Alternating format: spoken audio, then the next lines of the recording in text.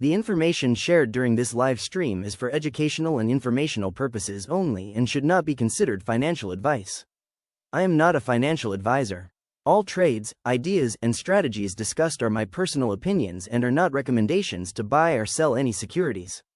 Trading involves risk, and you should always do your own research and consult with a licensed financial professional before making any investment decisions. Top of the morning, traders, and happy Monday, April 20th, and welcome to the Most Value Pack Live Trading Show, where we live trade, breakdown charts, cover high-impact events, and talk trader mindset.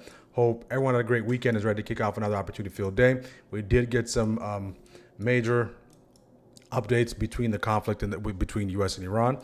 We did end up seizing a ship, and the market is reacting to that. So going into today, guys, very important that you let the market digest the geopolitical catalyst. We don't have any catalyst on the economic calendar, but that's one thing we want to pay attention to. We're going to keep a close eye on crude today. We're going to keep a close eye on VIX. That 19 level on the VIX will be critical for us to pay attention to, and that 85-90 territory, that range on crude will be something to pay attention to as well. A matter of fact, while we talk about crude here, let's throw an alert on that level. I believe I have an alert there. So if we break either end of that level, we will be alerted. All right. So first things first, guys, make sure to like the video. Make sure to subscribe. Let's get to 150 likes. We can get that done. If you're a first-time viewer, let us know where you're joining from. Long-time viewers, take the next steps. If you're looking to level up your trading and join us for the pre-market prep and access all the resources, the link is pinned up in the chat. Use the code April. All right. So again, weekly open on SPY 708.79. You want to keep that on your charts for the rest of the week. So initial interaction, that 50% retrace of the of Friday's range is so far. We're getting a nice little rejection off of it. So that night we had a nice little key zone. We have PMH right there. We have G50. We have a D50 right there. And now we're starting to continue that sell-off. We did see the Qs do the same thing, very similar. See if the Qs can fall below that 647.05. The Dow showing some strength, getting lifted by energy. Probably getting lifted by energy there as energy continues to push. Individual name front, we are seeing some activity in Walmart. So Walmart, consumer staples. We talked about this on last night, guys. Remember we talked about Walmart, consumer staples. We're seeing, surprisingly, we're seeing Exxon come back to retest that dead upside breaker. I want to see how that goes. Google falling off a cliff during that first minute. Amazon falling off a cliff. Meta falling off a cliff. JPM pushing to the upside. Apple stable. See if Apple can hold well at 271.25. And Walmart out the gate hot. All right, so all these levels here, guys, are the weekly opens. They're the weekly opens, so it's important that you keep that on your charts for the rest of the week. Anytime we're above or below that level, it gives us a lot of context. So first things first, we are testing this key zone. This key zone is that 50% retrace and that PMH on SPY. 50% retrace and that PMH on SPY. We do have a gap down, of course, BOGTOG, and we're trading in the heart of Friday's range, All right, so very, very important that we do pay attention to that. So I don't have a poll question for today. Maybe I'll think of one.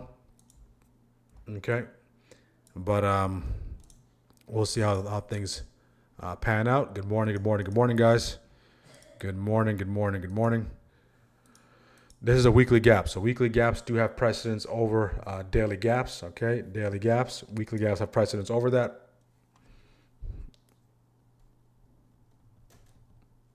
All right, first few minutes, let the market digest the data per usual. Okay, per usual, let the market digest the data.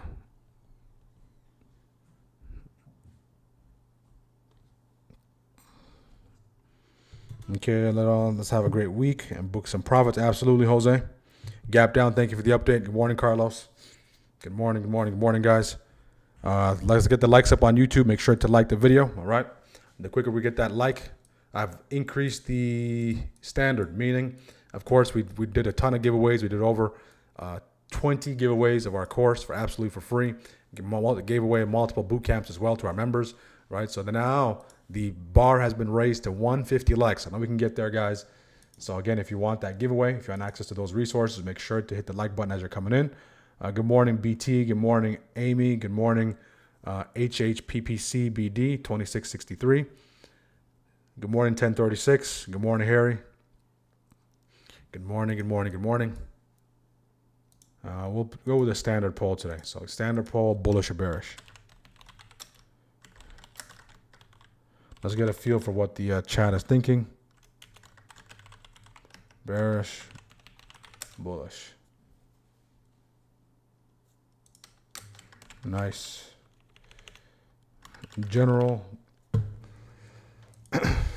pull. All right, so let's see. Cast your votes. Let's see what the chat is thinking. I'm gonna turn this EMAs off just for a second here.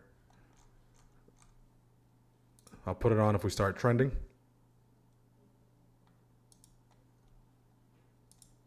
Okay.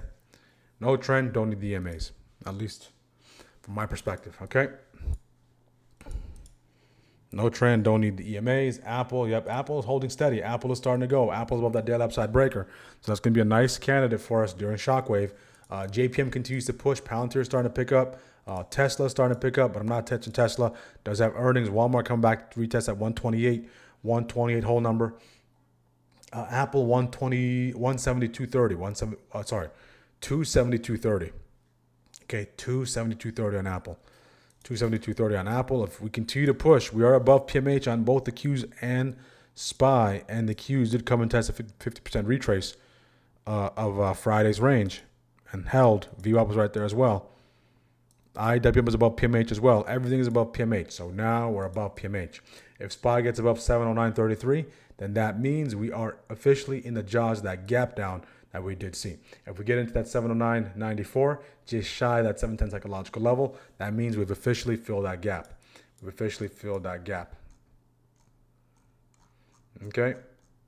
Same thing with the VIX. We can't have that same reliance on the VIX.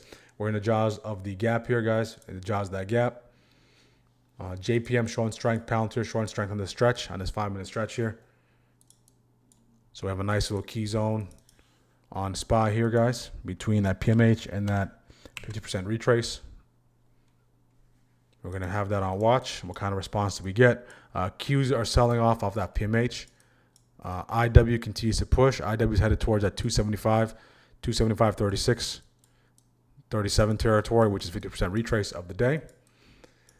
5-minute orb army. Depending on how you approach it, you're on the clock, but depending on your approach it, maybe you take that entry up here, but without that confirmed close. If your entry below 708.38, that'll be the downside entry. So a candidate for shockwave so far is going to be, I'm looking at Apple, okay? Apple to the upside, JPM, Walmart, and Palantir. All those names to the upside. So it's going to come down to those four.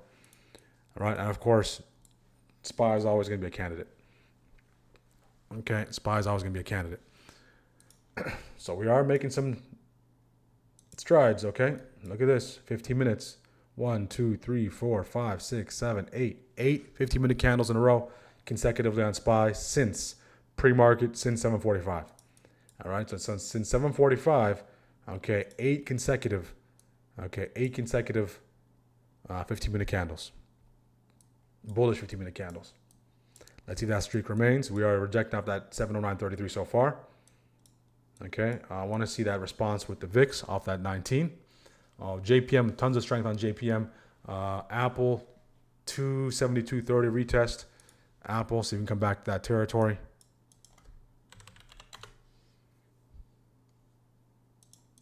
That also coincides with that weekly upside breaker.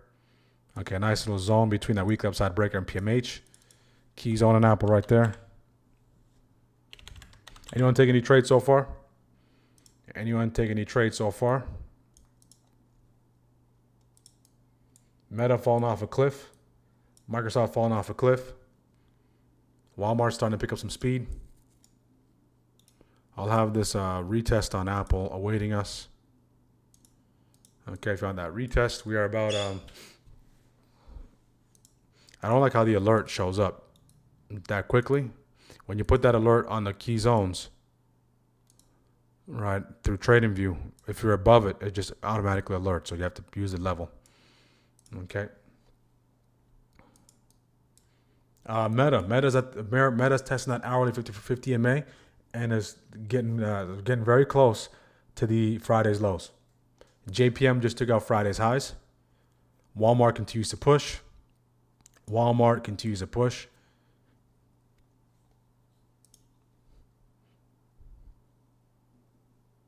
Is the screen not working, guys? Give me 1 second.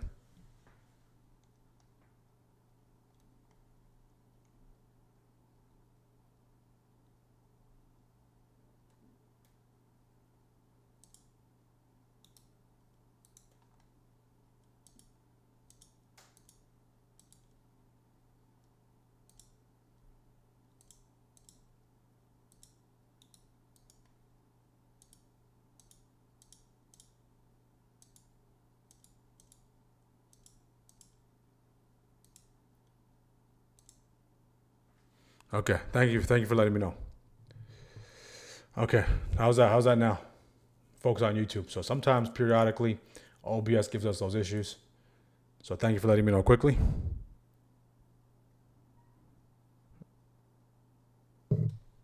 How's the screen now? So let me know how the screen is now. Should be good now. All right, SPY starting to push lower. Down goes SPY.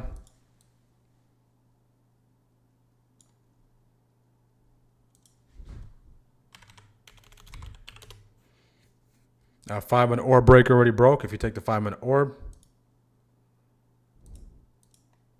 look at the VIX. VIX starting to pick up some speed here, back above that 19. VIX back above that 19.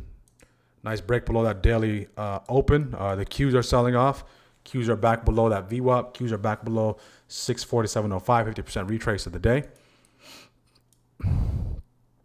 So we trapped some longs above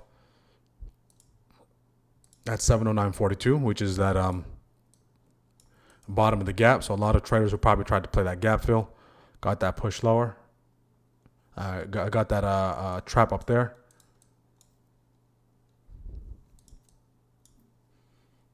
Okay, Apple 272.30 test.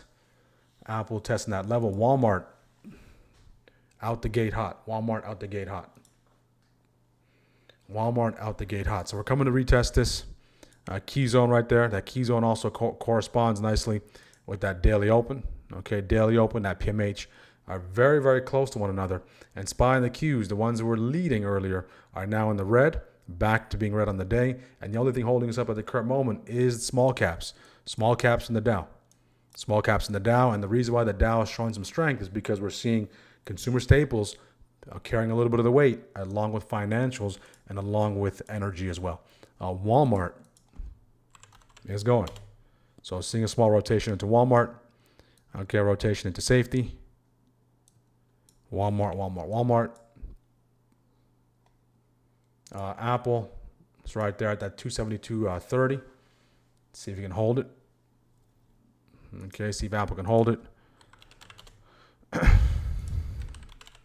Apple now came to that key zone, testing that key zone. All right, what's happening on the Qs is Qs are smack dab in the middle of Friday's range. So smack dab in the middle of Friday's range for the Qs. Okay. How's the screen now, guys? How's the screen on YouTube? Working? Okay, good. Again, guys, make sure to like the video. We got 160 plus people joining us. We got 46 likes. All right, so do me a favor, take a second, like the video. All right, so we can get the giveaway going. Where is the poll? The poll is on YouTube. The poll is on YouTube. Yeah, Apple right here. Yeah, right here, Apple. You know what? I'll do this, guys, just in case you might just jump in, lose track. Let's do this, okay? Because time to time I switch the tickers that are here.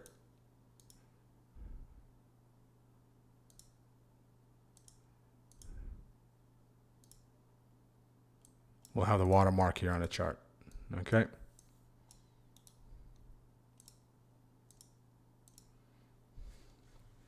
Okay, so the Qs, DIA, IWM. So we rotate on this one to the one that we're particularly watching. And of course, this one stays at SPY. Okay, SPY did come and grab this as well. So we grab these lows.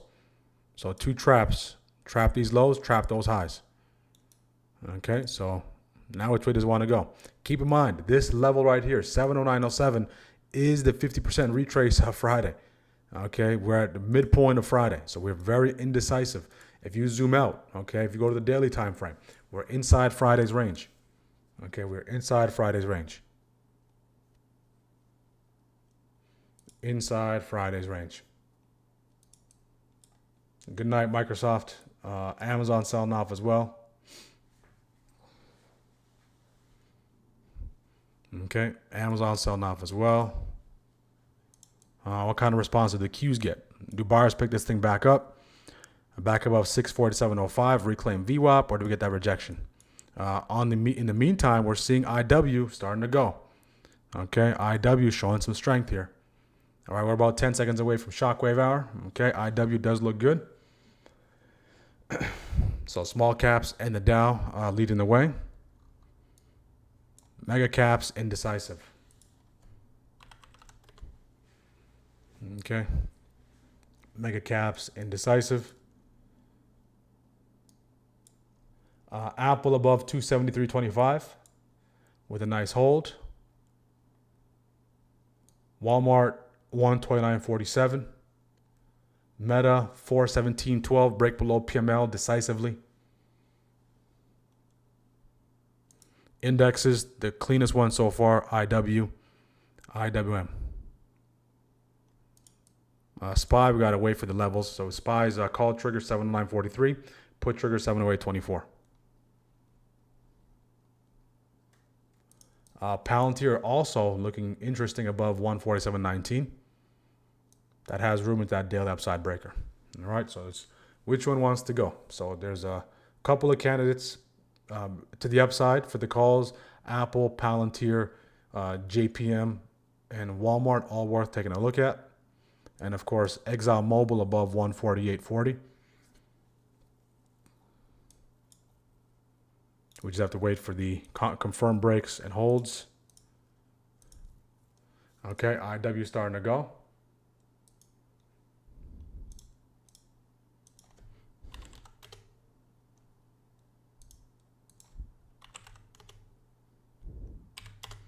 IW. Small caps leading the way. See if IW can hold there. I want to see a hold on IW. All right, so I want to see some confirmed holds.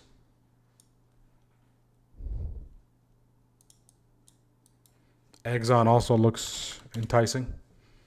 Okay, if we start to break down here, we got low, we got low, we got high, lower lows, lower highs. Exxon does look enticing here as well if it continues to push. Okay, just remaining patient.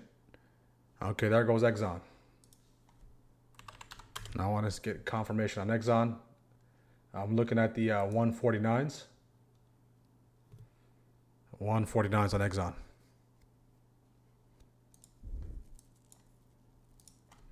$149s on Exxon. Waiting for a little confirmation. I want to see a hold. 15-minute looks good. I just want to see a hold for my entry.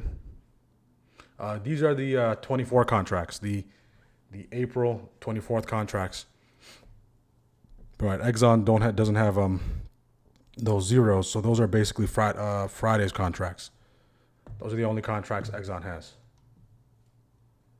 Those are the only contracts Exxon has. Okay, want to get a nice hold on Exxon. Get a nice hold. I'll be there for it. Okay, I'll take Exxon right there.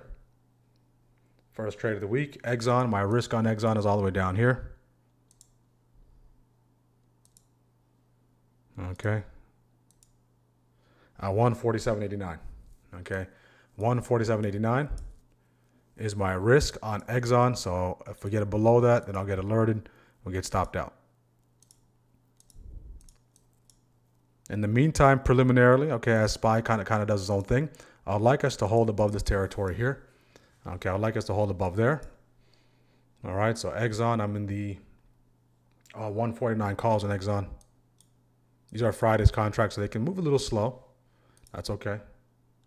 But regardless, manage accordingly. Do what you need to do. We're seeing JPM come into that level as well. Amazon is looking to break that downside. Tesla broke that downside, but I'm not looking to trade Tesla. All right, Tesla's off the list for me. Meta broke that trigger to the downside. SPY coming up as well. SPY coming up as well.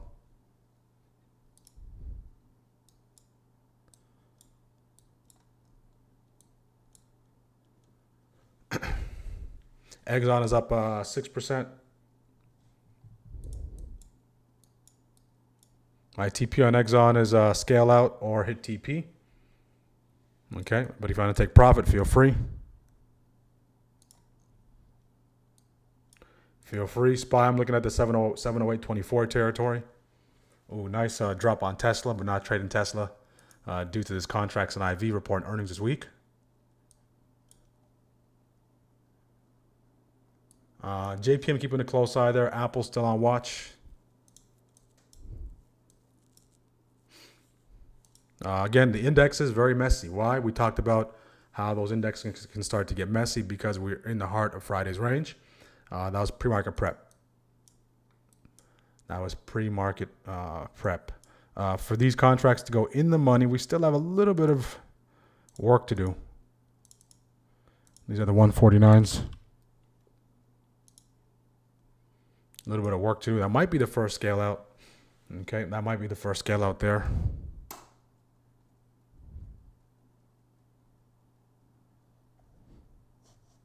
Yeah, SPY and Qs are just flip-flopping. SPY, Qs flip-flopping.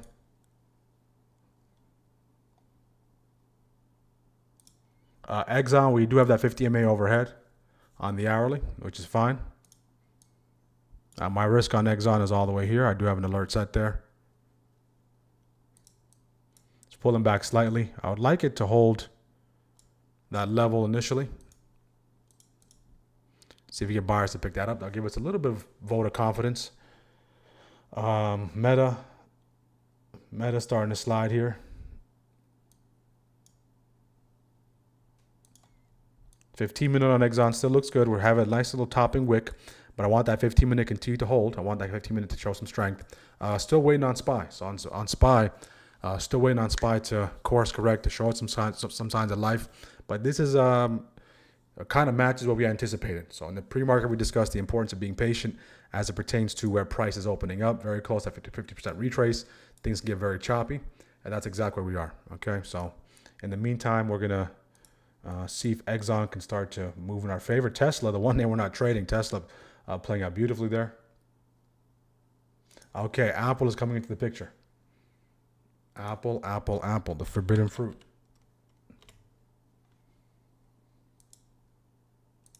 Okay, so I'll monitor Exxon passively. Okay, Apple, see if Apple can start to push. Ideally, if we want the market to, we want SPY to sell off. We are seeing this take place. That's going to help our case on Exxon. We don't want SPY to rip. This is the channel that we're trading in currently.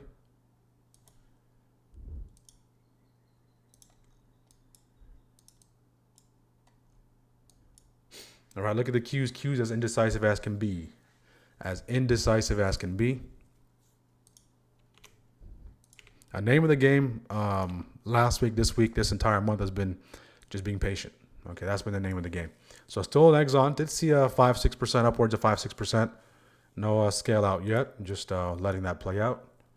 That 15 minutes still looks healthy. I have to respect the fact that we do have that 15-minute, that hourly 50 MA slightly above us at that 148.81.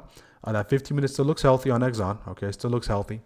In the next 6 minutes or so, if we can close by that 15-minute, hold that bullish candle, that'd be great. That'd be encouraging going to the next 15-minute stretch. So nothing there on Apple. Okay, Apple is looking to reset. So you can see those contracts are a little further dated on Exxon, so they don't move as nicely as contracts or 0 DTE. So it moves at a different pace.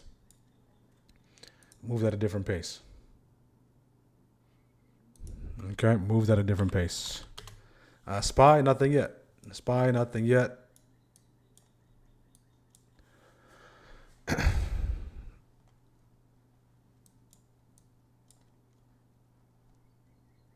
Now my NC would be here on Exxon, NC. Okay, SPY starting to come up. Okay, IW back above that trigger. See if IW can hold. SPY 709.43 come into play. SPY 709.43. As we come into that territory on SPY, we have to be mindful that 709.64. That's a 50% retrace that gap.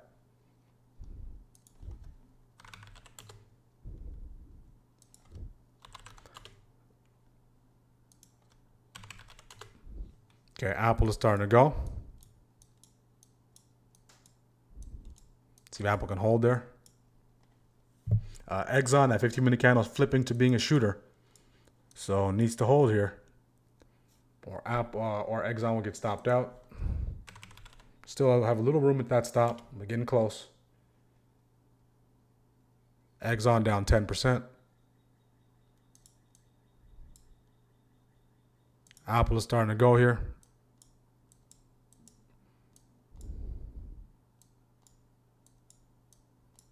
Scale out on IW. Okay, Exxon down 12. Let me take a look at Exxon. If we close right here, I'll close Exxon out. Down 12% on Exxon. Okay, I'll close Exxon right there at 14%. Stopped out on Exxon. All out on Exxon.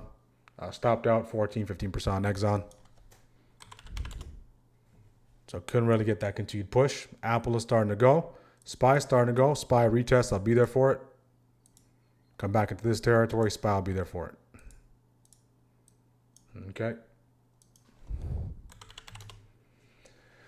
Looking at the 710s. I want to see a hold on SPY. Scale out on IW. Apple looking good. Beautiful job, Apple. Lambish.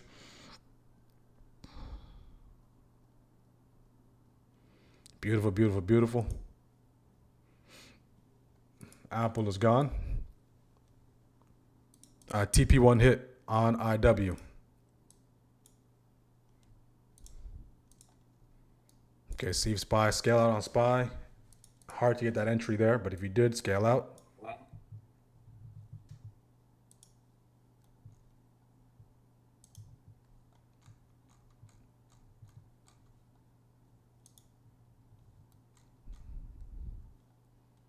Okay, SPY is starting to go. Who took that? If you took that, $ in the chat. I don't have a horse and race for that push. But that was a nice push nonetheless. Especially Apple. Apple was nice. Palantir coming into play. My horse was Exxon. Exxon is stopped out. Retest, I'll be there. I'll be in the retest camp. I'll be there for it. I'm not going to chase it there. We're very close to getting that gap filled. Very close to getting that gap filled. If you took that initial break, your scale out is right, very close to that TOG territory. If we get that nice little retest in this territory, I'll be there for it.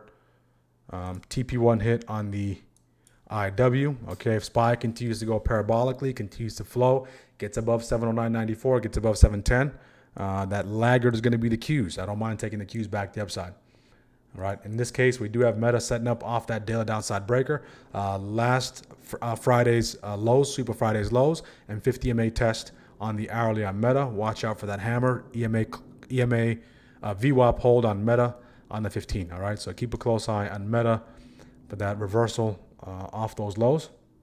Keep a close eye. Beautiful, beautiful, beautiful job.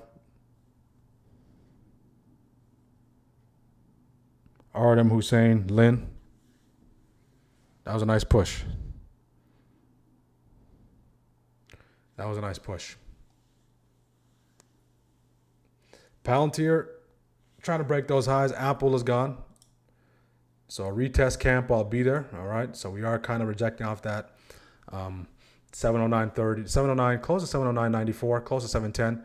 We're back at that 50% retrace. 50% retrace of that gap. Now yesterday's 50% retrace, but 50% retrace that gap.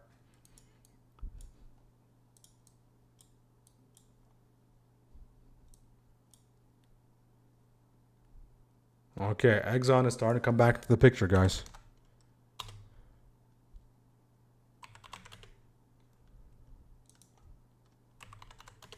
Okay. I want to see if we can get a retest here on SPY first. Looking at the 710s. Buyers step up here, I'll be there for it. Buyers step up here, I'll be there for it. So we did see that nice inverse relationship between SPY and Exxon play out nicely. That might have been the bounce there. See if we can come a little lower. So that break, that initial expansion is just small caps and S&P. If you're able to catch, if you're able to grab that, that's a pretty decent entry. See if we get one more push to the downside.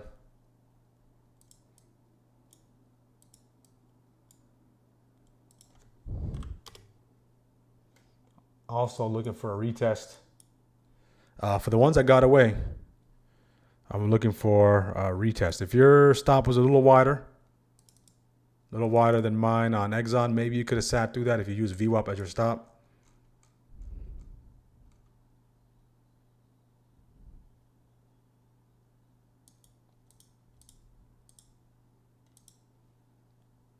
Make that 2-to-1. Come into it a little bit. One more time. Microsoft, nice bounce off those lows, that PML sweep.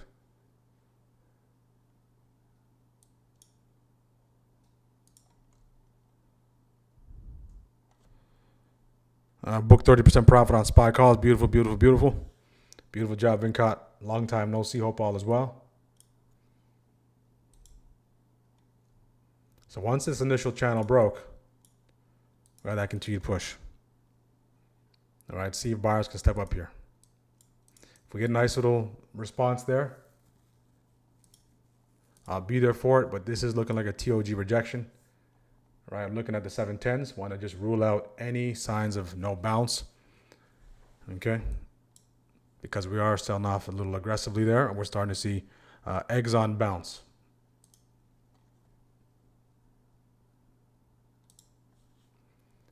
Okay, just waiting here. Take a look at the 5 on SPY. What does the 5 look like? We are above D50.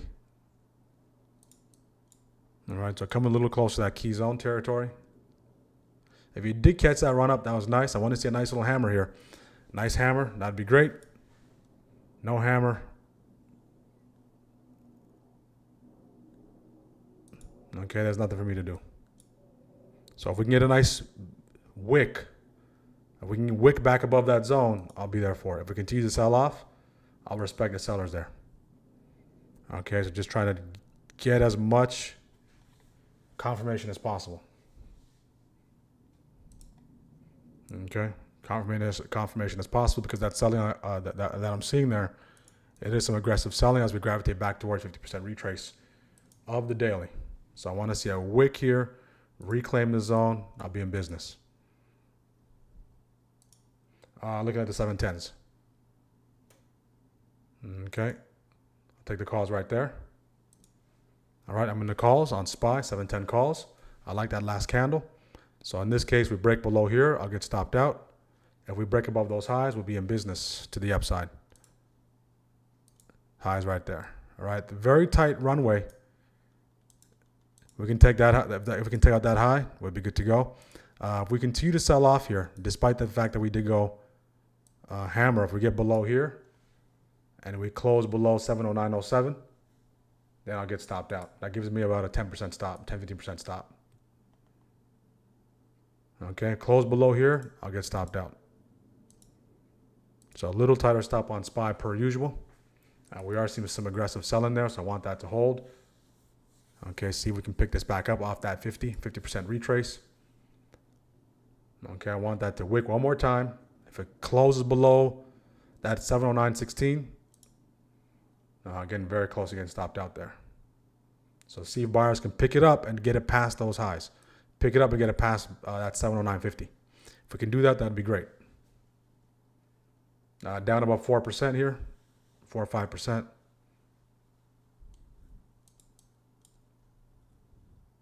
So this is initial touch that key zone there, top of that key zone.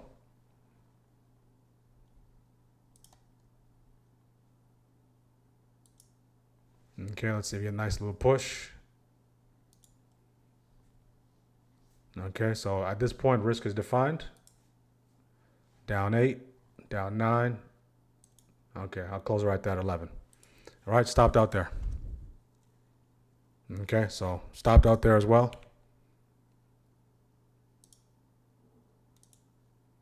Okay, got to respect that selling pressure. So 2 trades during first, 2 stop outs. 1 on Exxon, 1 on SPY.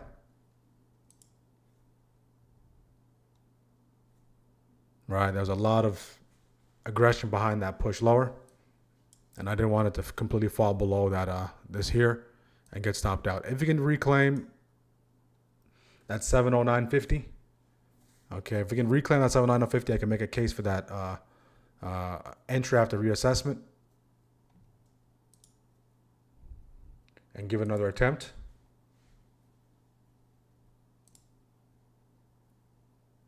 Okay.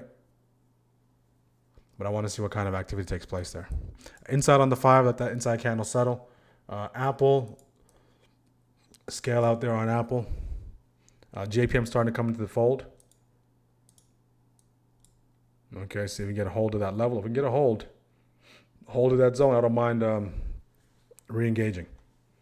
It's still first 35 minutes of the day. Still first 35 minutes of the day. See if that signal can hold.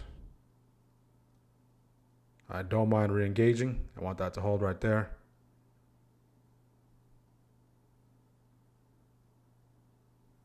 Just hold right there.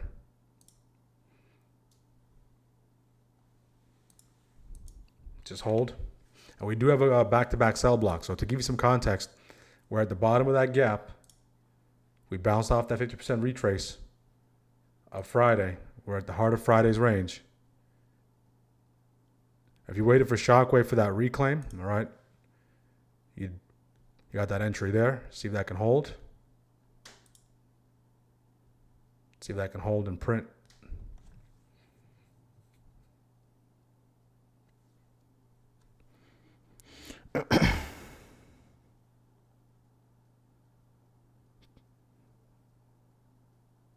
SPY and NASDAQ saying two different things. Absolutely. Okay, coming right there. If we can bounce off of here, I'll take one more time. Okay, if we can bounce right there, I'll take one more time.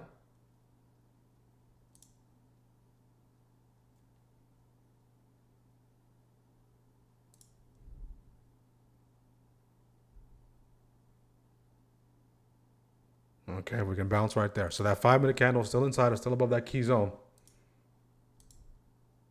Okay, so I can take it there. Okay. Was able to get filled. Not the best fill, but in nonetheless. All right, so in this case, I'm back in the calls. Again, risk 10-15%. Ideally, stay above that 709.25 territory. Down 7, down 8.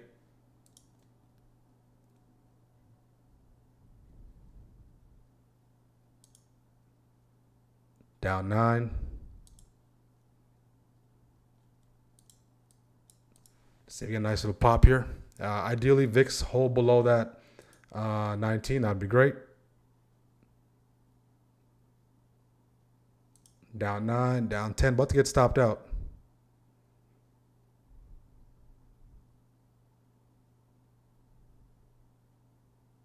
Okay, I'll get stopped out there. All right, so stopped out. So 2 trades on SPY, both stopped out. Can't really get anything going there. Stopped out on Exxon. So I'll take a quick cool off for first shift. Okay. And again, as much as I don't want to get stopped out, I have to respect the risk. I have to respect the risk. All right, so I have to respect the stop loss and take it from there.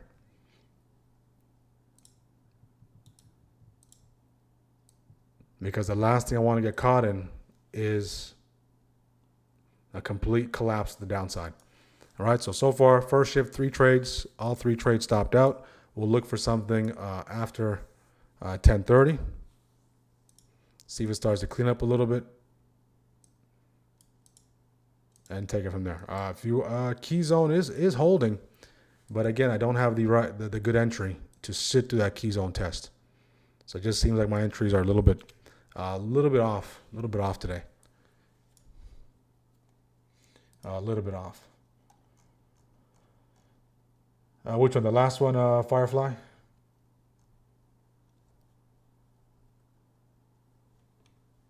All right, a lot of whipsaw type of action. Let's see if there's anything else setting up. Apple already went. Microsoft, potential there. JPM. Let me throw an alert on Palantir as well.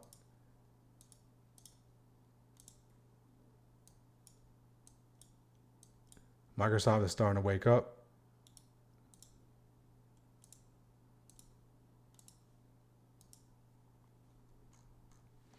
Microsoft waking up.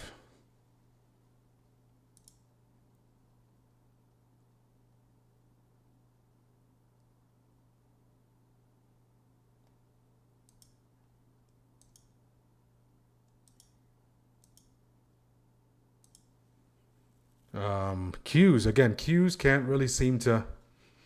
Again, it's a matter of where your entry is. It's a matter of how you're managing your entries. It's a matter of if you get stopped out or if you see something that works in your favor. So it's very imperative that in this case, the biggest danger is over trading and wiggling your stop a little too wide. Okay, so be very, very careful of that. Continue to respect your stop. So this one got the scale out. This one just can't seem to get a nice push, get stopped out. We're still above that key zone. It's just the Qs, guys. The Qs are just hugging that. Look at this, the Qs.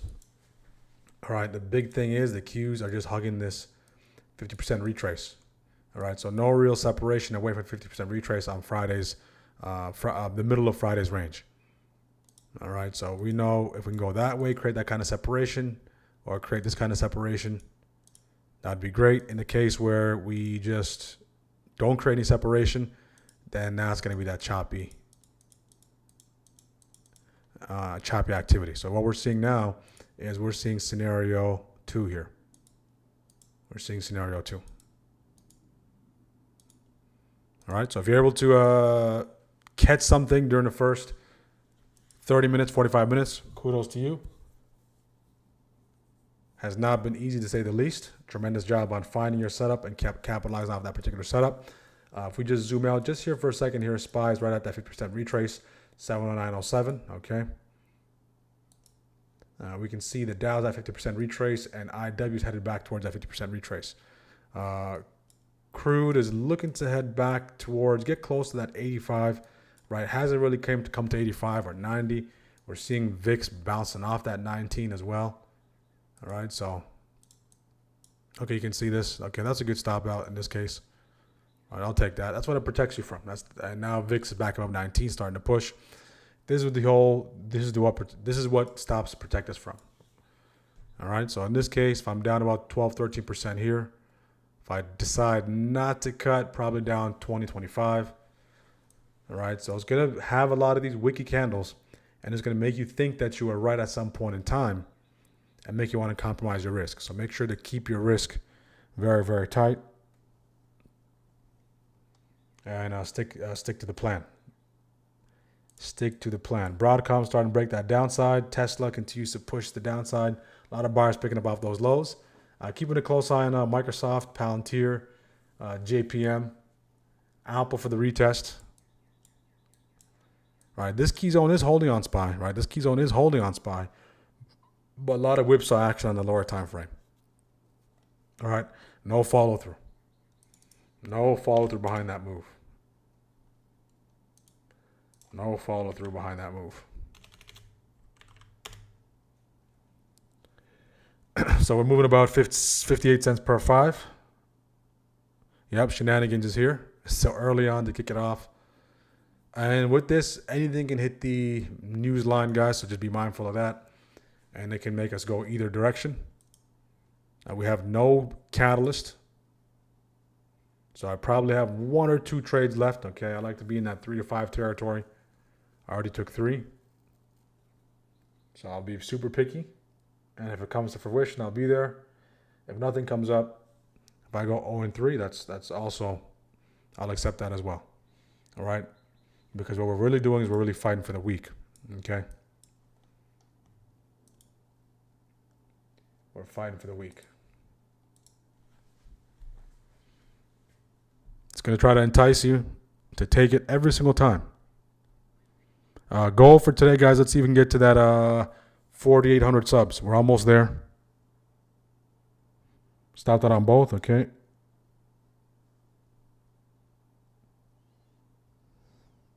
Almost there, guys. Let's try to get to 4,800 subs today. 150 likes is the goal as well. We have 200 plus people joining us. 64 likes. Let's check back on Exxon. The one that did go was Apple.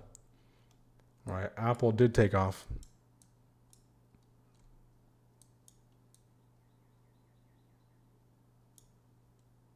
So for Exxon to really start to go, guys, more than likely, we're going to need the indexes to get that breakdown. All right, because when we start to pump, that stopped us out on Exxon. So if the indexes can start to break down, get back below daily open, Exxon might have a shot, might have a chance. Exxon, we did see a little bit of green. Okay, nothing enough to take profit for the risk I was looking to take. Tesla selling off nicely there. What else is moving here? What else is moving? Nvidia's been quiet. Nvidia's been quiet today.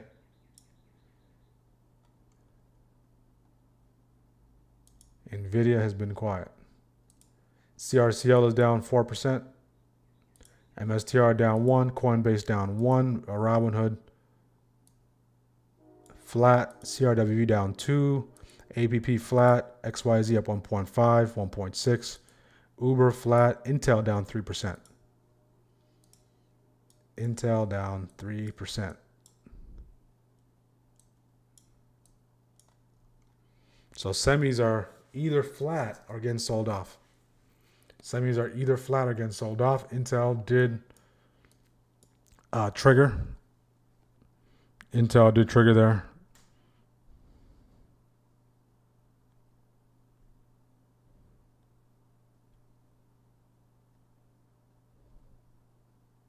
How are we doing so far, strikers? How we doing? How we doing? How we doing?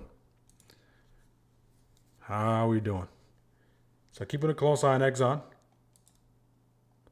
So we're seeing that sell-off on in semis.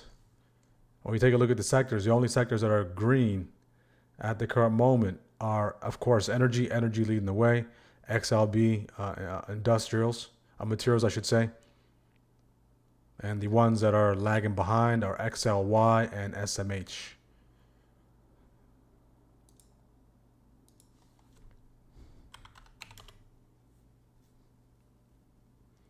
Amazon coming to those lows.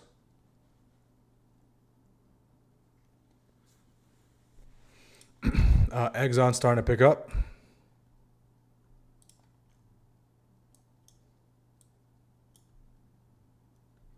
So Exxon back over 148.40. Ideally, in that case, we need the SPY to completely break down, and we want the VIX to stay above that 19.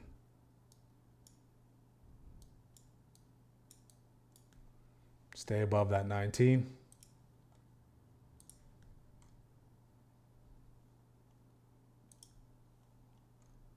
The SPY and NASDAQ are 707. I'll get into the calls with confirmation. I'll stay out. Good, good, good. Right so far. Okay. Yeah, IWM. That was a nice one. IWM sleeper. Right. IWM small caps. Right. That was on the radar as well. That was a nice push up.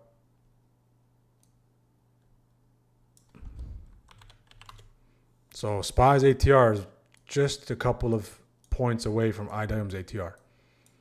All right, so that goes to show you, right? IWM is a stock that trades, an ETF that trades at just under $300.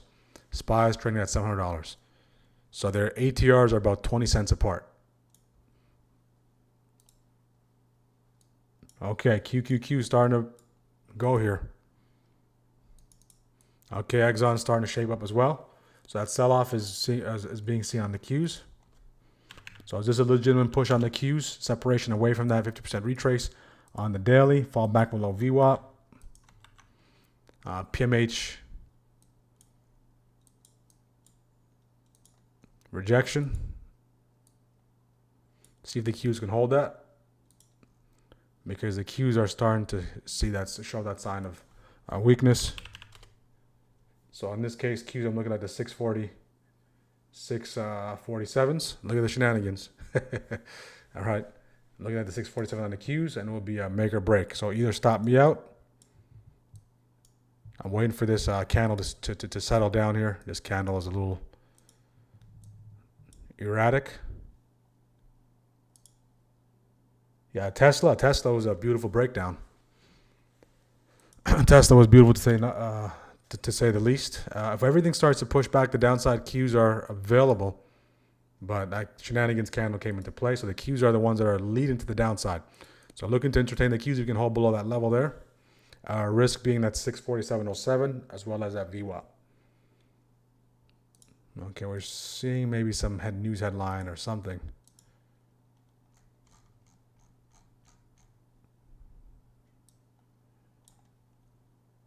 Okay, 1029.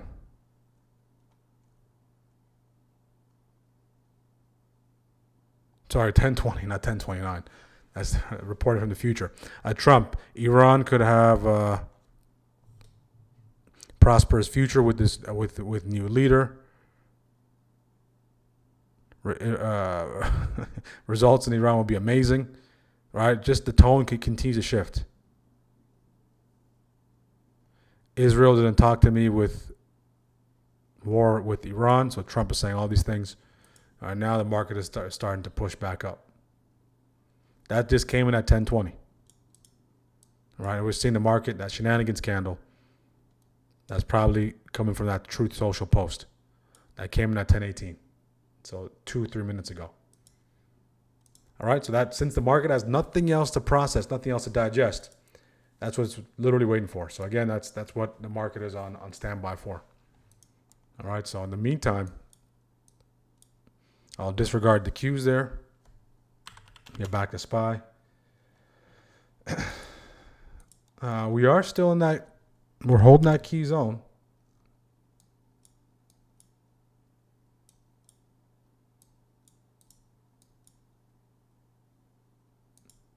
Okay, holding that key zone. Can we get a reclaim of this territory here for that downward compression expansion with that latest Truth Social post? It's going to come down. Can we get above that key zone there? Okay. Can we get above it? We're seeing the cues get picked up off of those lows.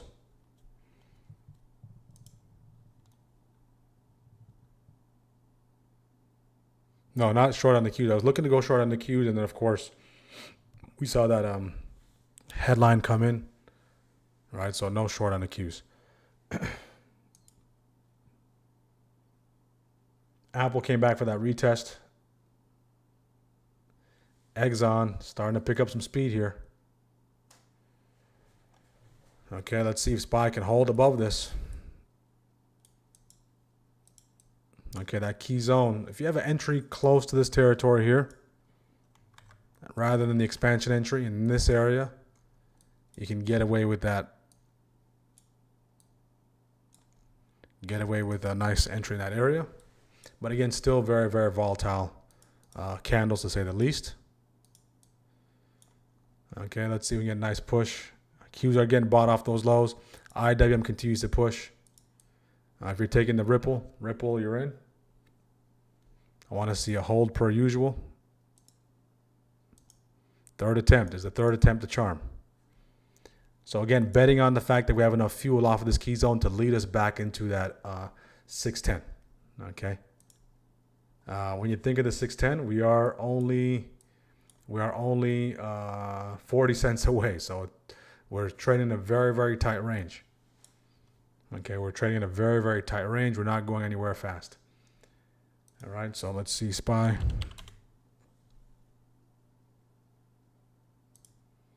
Same contract as before, if it does set up. In this case, Qs get above that 647. 647.05. You get a nice little hold on the 5. That'd be great. JPM starting to fuel up. Okay. Apple, nice bounce on Apple there. Apple has been clean. Apple was clean. Cleaner. All right. Came back, bounced, starting to go.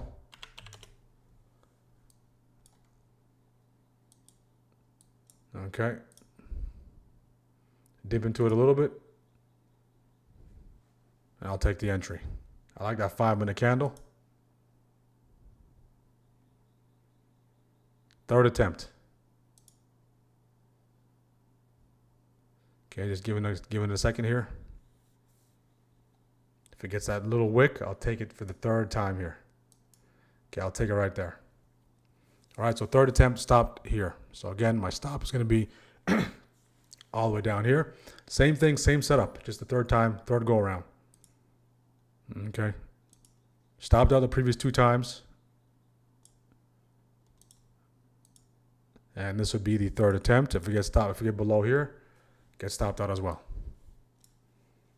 All right, so betting on this to hold. We have enough fuel off of this to continue to expand. If we don't, stopped out.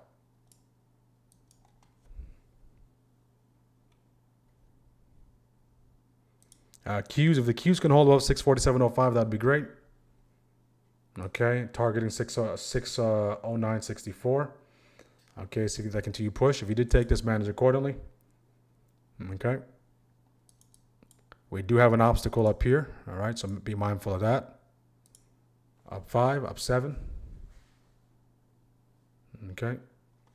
Go, go, go. I want to see a push above that level. If we start to reject off that, that's a nice healthy TP if you want. Okay, 7%. That's, if we can get a nice push above it, that'd be great. Go, go, go. I want the Qs to continue to push. Okay, did see 7. See if we get one more little push there. Okay, go, go, go. We need to get above that 609.64 hurdle. That's a big, big hurdle. If we can't get above that, then it can possibly lead us back to downside. So I want this to hold. I want this to hold. Okay.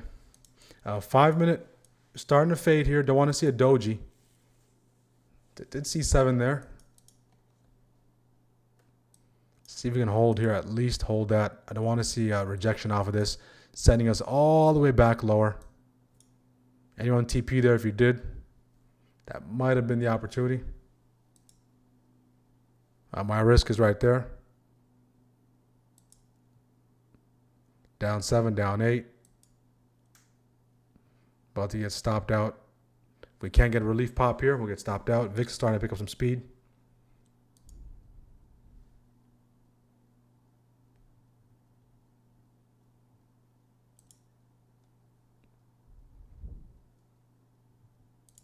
Okay, let's see, get one more push. If not, I'll get stopped out again. So no close below 709, no close below here. That should be giving me double digits. Down 9, down 10. See if you get one last bounce. If not, I'll be wrong and we'll get stopped out. All right, main thing is it can't be wrong for long. Q's falling off a cliff. Okay, I'll close it right there. All right, so stop that once again. So this one did give 7%, all right, but my intentions was to see if I can get a nice little double-digit pop, and then eventually got stopped out there for 11. Okay, so 3 stop outs on SPY. All the stop outs are in the teens, and then a stop out on crude as well. So I'll probably have one more trade after this, and then we'll wrap it up. All right. Usually I don't take that many trades on SPY during first, but I did like that. I did like this, the upside. Just didn't work in my favor.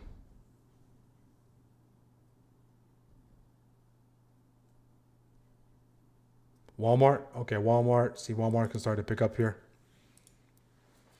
See if Walmart can start to pick up. All right, very tricky action. No follow through behind those moves. No follow through behind those moves. All right, if you're able to extract quickly, you can get 7-8% there. If you had a better entry, maybe double digits. But this was a big hurdle right there. Okay, that was a big hurdle. Right, and I was okay with seeing if we can get above that, as long as we can stay above there. And now we're in this key zone territory. We're in second shift. So first shift, First shift took 4 trades. All 4 trades stopped out, all within risk. Is it frustrating?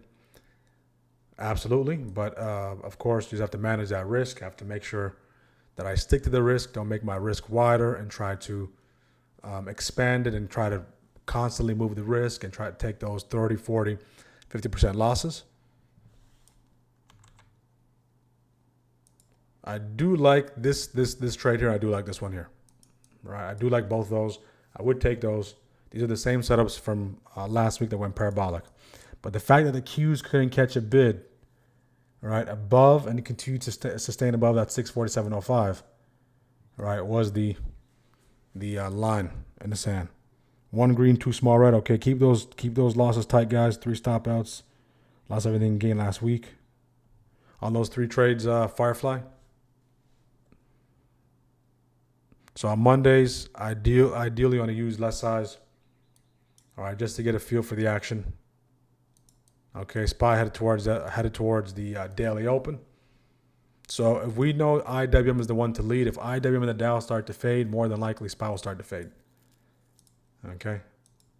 So first shift, that key zone might have been the best opportunity. Rejection off that 709.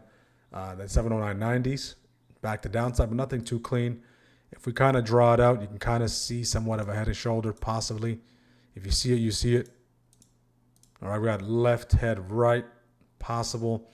Continued breakdown. VIX is headed, SPY is headed towards the VWAP. VIX is still above 19. Apple pulling back. Okay, I like how ExxonMobil is starting to push. As we start to sell off, see if ExxonMobil can start to push. Right, so now we're just hugging this key zone. So this key zone is more like a magnet. All right, we just come back to it. We just can't create that clean separation away from it. Exxon. Sneaky move on Exxon. Downward compression break. Apple headed back towards VWAP. Okay. See if Exxon can come back in just a little bit. So out of the 4 trades, 2 of them did show single-digit gains, right? But I had a little bit more of an appetite for that double-digit gain today, all right? So I like to see that double-digit gain for that TP. And the other 2, there was nothing there. Okay, so if you're able to extract something out of this market today, guys, tremendous job. Okay, been very, very tricky. Okay.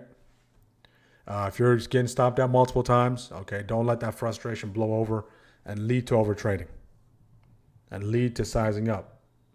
Keep in mind, we have 4 days left. All right, that's just the first hour of the day. Qs to the downside, they're already triggered. So if the Qs continue to sell off, what we're seeing is that sell-off is primarily taking place in the semi selling off here. NVIDIA not doing much. We did see a Vago sell off. See if SMH can stay below that VWAP. Okay, SMH can stay below VWAP. Qs are starting to come into play. Well, this is a messy chart. So this one stopped out on the Qs, triggered again. See if there's some validity behind that move. And the fact that Exxon is pumping, okay, that further supports that dump. So Exxon, if your stop was close below that level or a little bit wider, maybe that VWAP, you could have sat through that back and forth.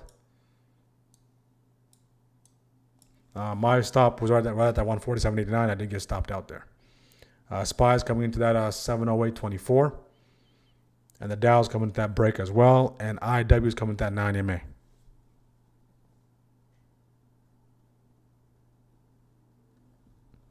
Okay, let's get the likes up on YouTube, guys. Make sure to like the video. Make sure to subscribe. We have 78 likes, 150 likes to do the giveaway. 150 likes to do the giveaway. How are we doing so far, guys? I got a big confirmation for the downside. 10% exit from SPY. Beautiful. With loss, keep those stops tight. All right, keep the stops tight. Mean reversion is going to come down to mean reversion and continued expansion off that low. Okay, let me clean up the chart a little bit here. Okay, let me just clean it up just a little bit. Okay, so we can see. There we go. The Qs are about to go to the downside. The Dow is about to break that downside as well.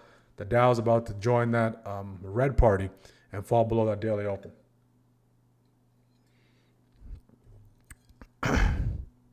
Yeah, QQQ puts below 646.50. That was nice. Very confusing price action today. Absolutely, Michael. So on days like this, you're going to be put to the test. All right, so it's very important that you stick to your guns, you stick to your risk management, you stick to your max amount of trades. All right, and if you do take those losses, make sure those losses are defined losses, and they are part of your plan. All right, so these are the days that's designed for you to spin out of control, go full tilt, and throw everything out the window. Okay, it's just the first hour, so make sure to understand that the first hour took place during the first hour, stays during the first hour. We do have this major territory here. Well, coming into it, we got to treat it as support until proved otherwise, right? So again, if I'm going to get this break to the downside, I want to see a confirmed close. Okay, and if we get that confirmed close below it, I have one more left in the chamber, and if I get stopped out there, that'd be fine as well. I don't remember the last time we took 5 trades. It's been quite some time. And that'll be the max, okay? That will be the max. Qs continue to push the downside. We did get a touch here, bounce. See if we get that. If we fail, if there's no response off of that, that opens up the gateway for us to push the downside. The VIX continues to push higher. Let's take a look at some of the things here. The Qs are starting to create a little bit of separation. To the downside. Okay, a little bit of separation to the downside. That's good. We're seeing crude again. Crude needs to start waking up. All right, so crude, as long as it stays above 85.45, see if it can start to wake up and get towards that 87.50, which is that hourly range. That would further support that push. Okay, so we're not seeing that expansion, that massive expansion. We're just seeing scalps. We're just seeing scalp opportunities. All right, so if last week it was about the big expansions, right, maybe got used to taking those big gains. This week, all right, those 30, 40, 50, 60% opportunities are not there. All right, that's why every week it's a new environment.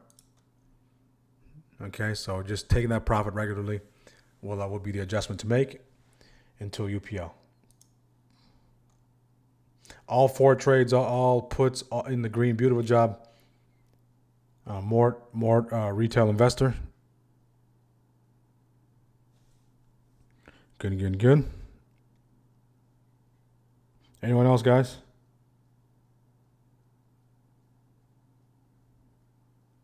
%. Beautiful job.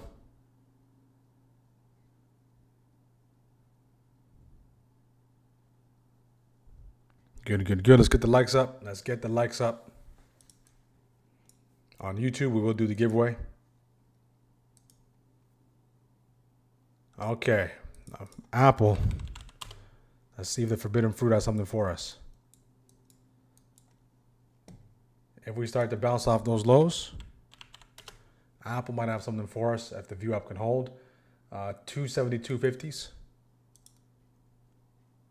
See if we can hold above that level on Apple. It's above that view up. It's above that weekly upside breaker.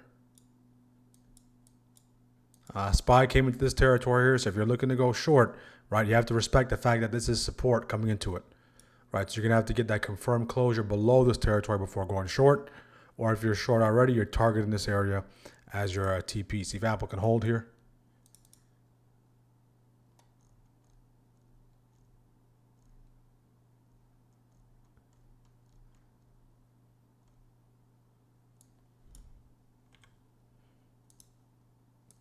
Depends on what you're seeing. The Qs are still within that below those lows, very close to those lows. Let's see if SPY can finally break these lows, continue to go. That'd be great. Apple is looking to come test this VWAP. Apple has a tendency to do its own thing, right? More than likely, if we're going to sell off here, we need that continued push lower across all the indexes. So if IW can start to work its way towards that 9, that'd be great. The Dow did trigger the downside. The Qs are still triggered. The Qs did also trigger the downside as well. You're going to see clear close below this support. You're on this support to flip to resistance. If you can flip to resistance, meaning we get that break below it, retrace, reject, that'd be great. Apple, keep a close eye up here. Qs continue to sell here. Okay, let's see if we get that break here. And we overcome that major triple bottom. Okay, there we go. See if we get that hold. Q selling off. That's nice. That helps the fact that we're selling. That helps that helps here, but we need that nice closure below it. See if Apple can get back above that level. If it can, we'll look to entertain it. See if we get that nice little close on the 5-minute closure. So the bull's nightmare in this case is a hammer candle on the 5. So we are below VWAP. We're below VWAP. Or the bear's nightmare will be the hammer candle on the 5. Right, you see how erratic it is here? All right, look how erratic it is there. The Qs continue to sell off. So if you are short, that is encouraging. VIX continues to go north. All right, it's headed northbound. On the 15 game plan chart, when in doubt, just zoom out. Okay, we did do one of these maneuvers. Came into that 50% retrace, and see we're headed towards that territory.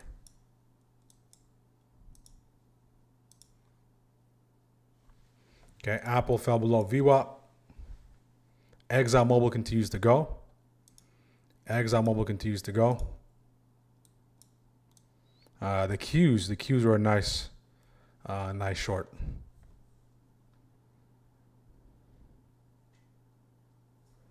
Anyone in the puts? Anyone riding the puts to the downside? If you are, manage accordingly.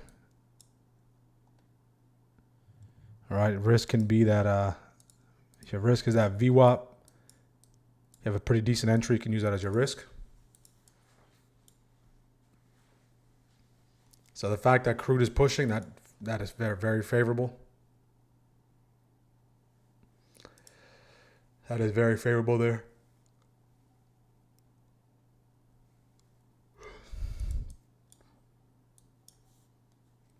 Okay, nice breakdown. Okay, there goes SPY. I sold puts already. Good. BT 63, 709, 707 puts. Good.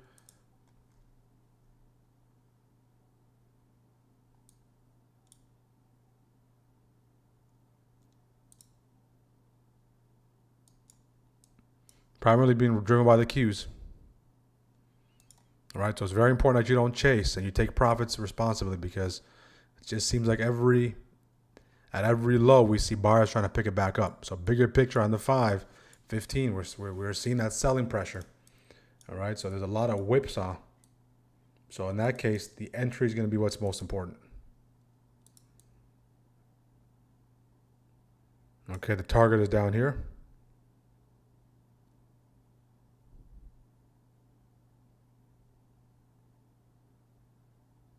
Target is down there.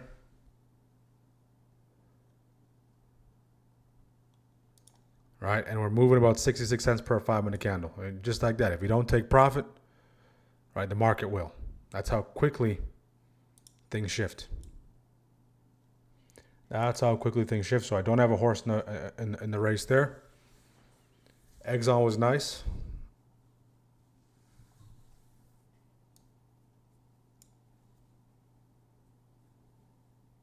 See, you get that retest. Retrace, reject right off of this.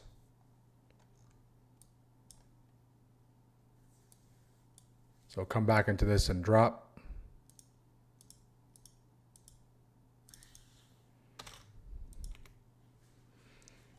Okay. If we can break the lows of the day, 707.91. That'd be great.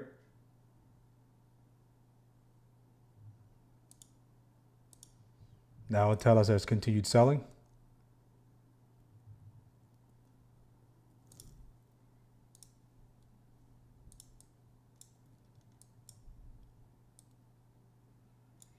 And the reason why the signal doesn't show up there is because I have a max signal per hour. Right, so if you're wondering, if I change this to 5,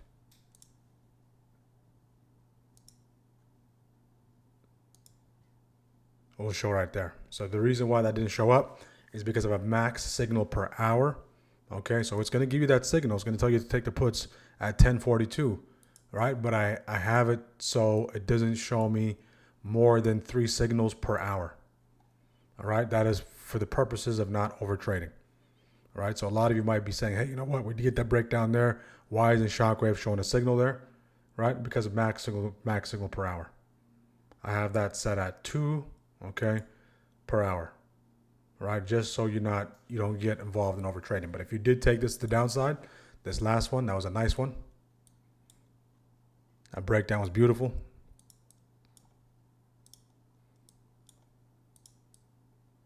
So nothing hit TP. So this one, scale out. This one is scalpable. This one, we took this one, of course, about 7%. Right? Nothing hit TP, but everything, there's a scalp opportunity on each of them. Even this one as well. This one hit scale out. All right, so if the market is giving those high single digit, low double digit opportunities, right, you can't force it to give you something else. Okay, you can't force it to give you something else.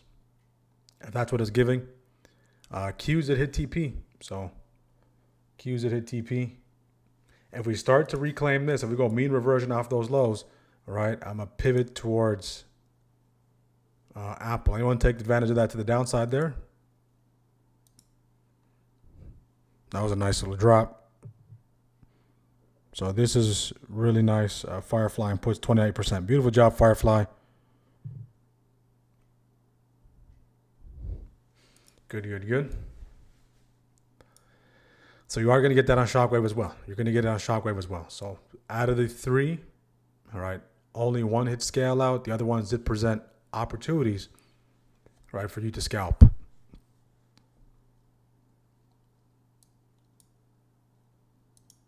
If we can come back into the VWAP and retest VWAP, that can present something there. Meta starting to break.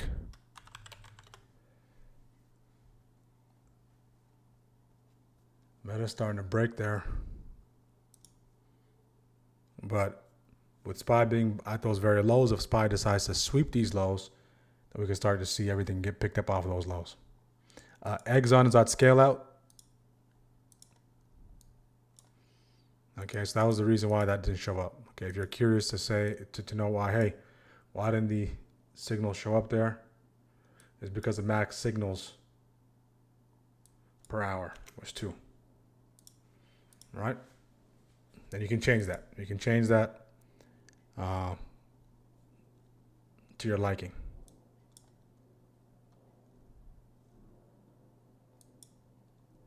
Okay, if we can reclaim this, now that we grabbed those lows, if we can reclaim this, and VIX starts to fall back under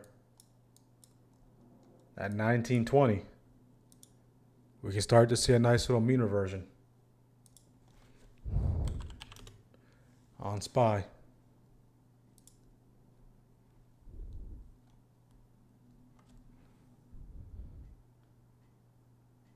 You stated on Exxon, beautiful. Exxon, it does have that. If you look on the hourly chart, Exxon did give that scale out at 149.03, and it does have that hourly 50 EMA. Okay, the hourly 50 EMA, it's right there, so it can treat that as resistance. So you want to be mindful of that. So that TP opportunity on Exxon was already there, and the fact that we're starting to reclaim here, right, is look at that, guys. Look at that reclaim. So again, if you go short, you don't take profit. It gives you 10, 15, 20, 8, 25, 28%. Okay, then market goes the other way. So that's the kind of conditions we're seeing so far. But tremendous job, Firefly, grabbing that. I'm going to head over to the Forbidden Fruit.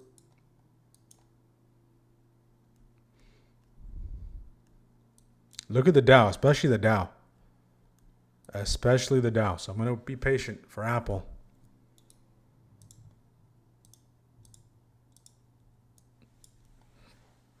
SPY's playing a lot of tricks. Okay, SPY's playing a lot of tricks. Who's done for the day? Any done for the days today? I'm on puts. Beautiful job, Brian. 707's good, good, good. 1042.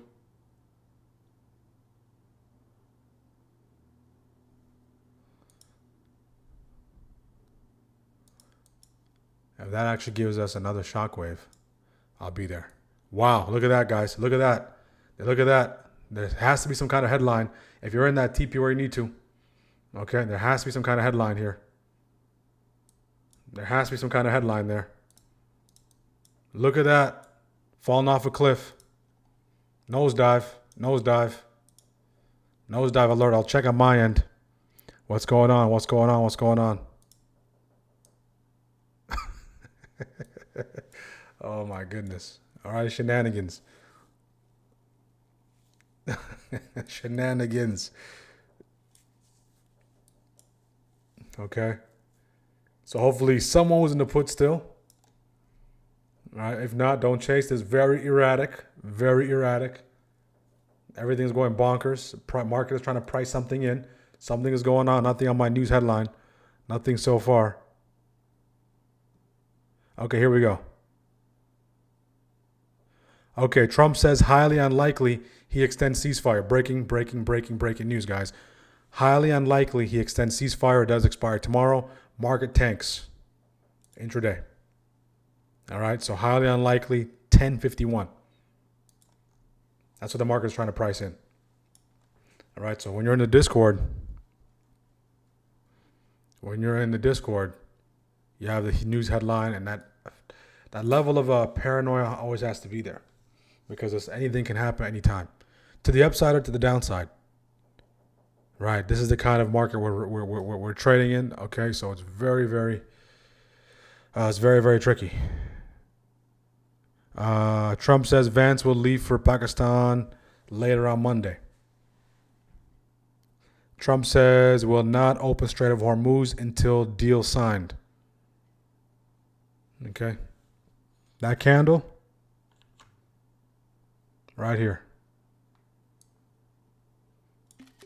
For the folks on YouTube.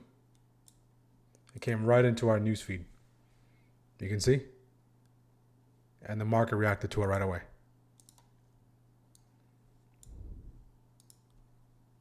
Okay. And shenanigans is here, guys. Shenanigans is here. So everything that was selling off sold off even further. And this so fast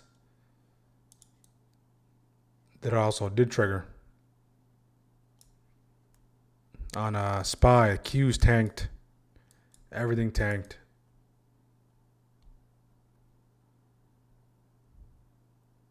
Close my puts 2 minutes before the drop. I think they were waiting for you. They were waiting for you, Firefly, to close out.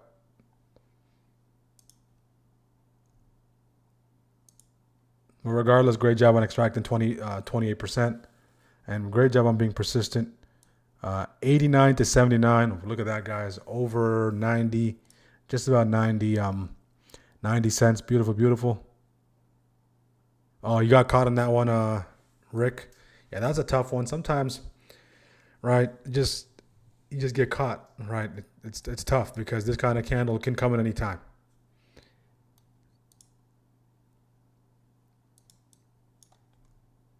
All right, so if you're just joining us, I did take 3 trades on SPY. All those trades got stopped out.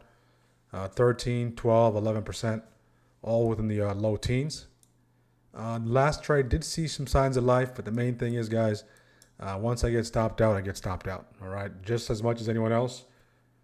Getting stopped out is frustrating, but I know that getting stopped out and respecting my risk will allow me to not get caught in something like this. Because if I say, hey, you know what, for the sake of being right, let me just not close my trade and then hold, guess what happens? Okay, this happens. It goes from being wrong for not long, for being wrong for a lot, for a long time. All right, so these are the kind of things we wouldn't want to do. And this is the best way to approach it. All right, you want to respect your risk. Whatever the risk is, you want to respect it. All right, so despite the fact that you get stopped out, that's the defined risk. You get stopped out there, you move to the next opportunity. All right.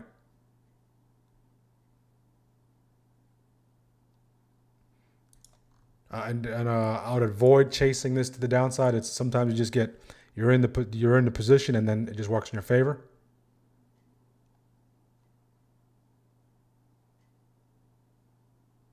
So if you stayed in Exxon is out of here. All right. So the two names that I did like Exxon, I woulda, coulda, shoulda, but Exxon was nice. I could have maybe took it again, but nonetheless, Exxon, we can see that dynamic playing out. That was a nice push up. Even Sharp Gravy brought us to our attention.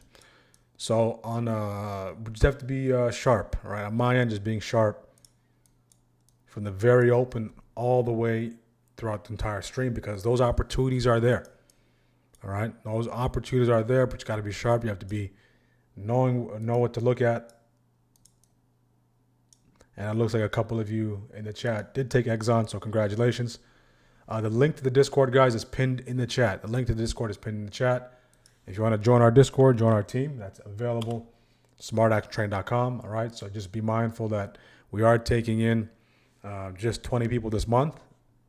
We're filling up, and I did see the Google Meets get above 100 this morning. All right, so it might be time for us to move on to Zoom. All right, so I don't want anyone to have trouble joining. Okay, so very important that we do that. If you're looking to join the Discord, use the code APRIL.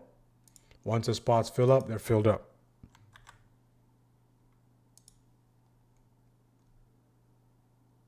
$1,500, beautiful job. Now I'm done. Good.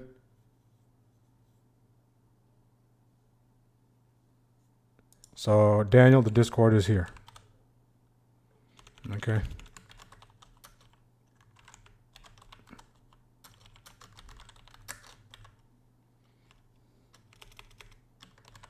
So that is a shenanigans candle. So very erratic, can go either way. So I do have one more trade left before I shut it down.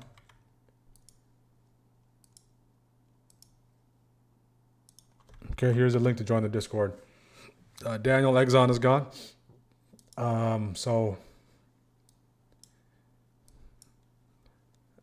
SMH falling off a cliff.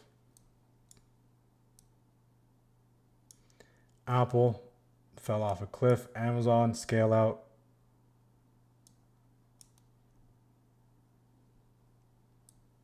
See what's next to go. See what's next to go.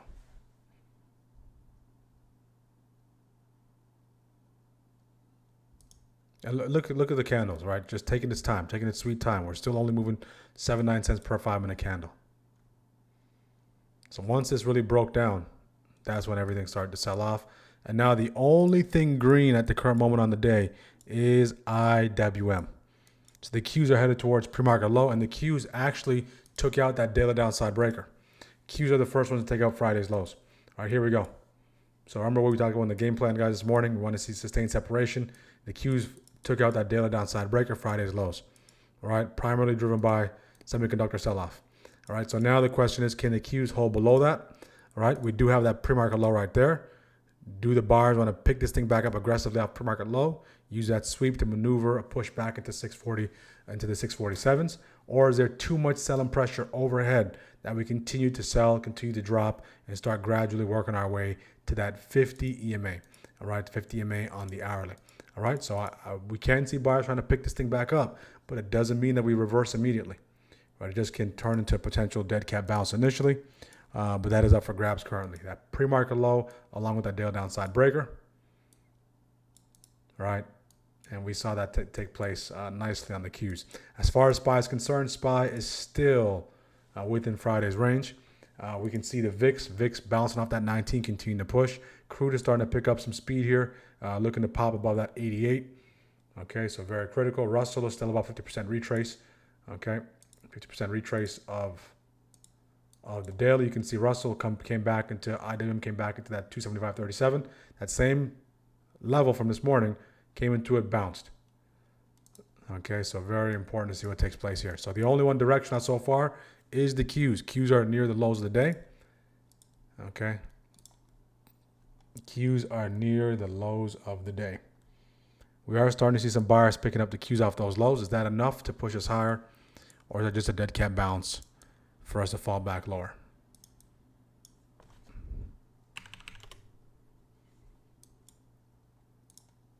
Now it's time to throw those EMAs on. All right, so let's throw the EMAs on. If it turns into a wave riding type of day, then wave riding it is. VIX is headed towards that weekly open.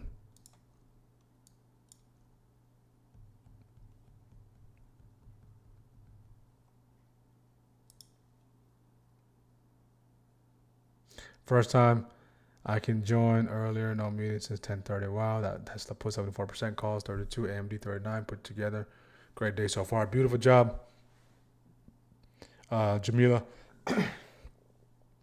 Puts Green Monster 1,500%, 1,500 bucks, not 1,500%. Beautiful, beautiful, beautiful. A lot of you took advantage. That's not to the downside. So the news was right here. All right. So the news: Trump says ceasefire expires Wednesday. Highly unlikely to extend ceasefire. JD Vance will leave for Pakistan later on Monday.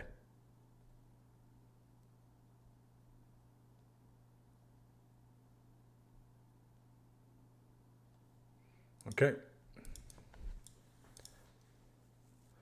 Tesla was there for the taking this morning, but the Tesla contract a little inflated, not too inflated, but a little inflated on the IV's front.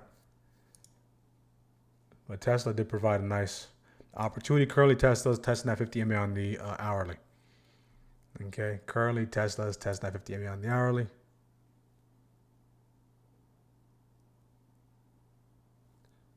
Amazon also went to the downside. Down goes Amazon 2 times. Tesla was actually a beauty. So here, and there. So this one didn't get stopped out. What else? Meta.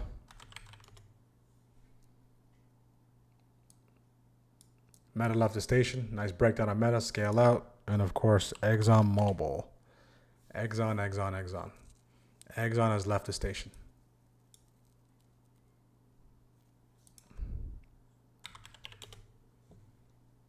Okay. Now we're gonna listen to our friends at CNBC. Let's see what they have to say. QQQ continues to sell off here, guys. QQQ continues to sell off.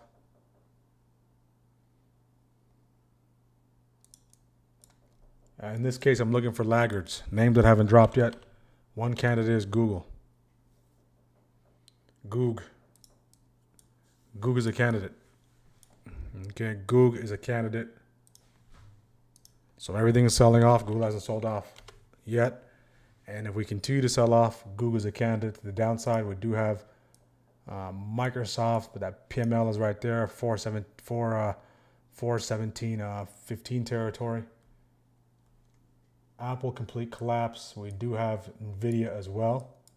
As semiconductors sell off, Nvidia and Google on watch below those lows, opening range lows. Nvidia, just be mindful, get that close. That PML is right there, so be mindful of that sweep.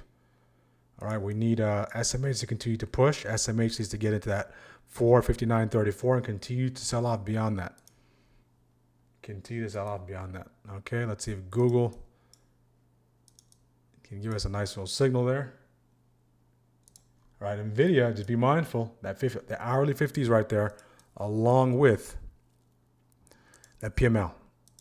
So we can see buyers trying to pick it back up. So it's imperative just to wait for that extra layer of confirmation. on Nvidia. Okay.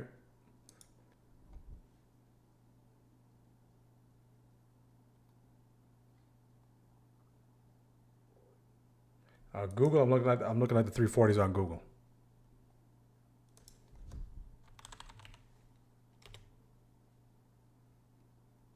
I'll go with the 337.50s. GOOGL. Those have the zeros. Okay, they have the zeros on GOOGL. So more than likely, everything needs to continue to sell off.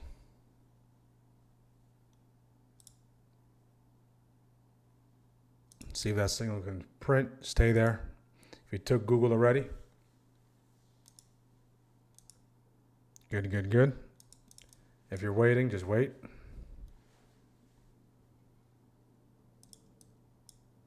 Exxon continues to push, so we can continue to possibly sell off here. Nvidia's going. Google is going. Beautiful job, TP 35%.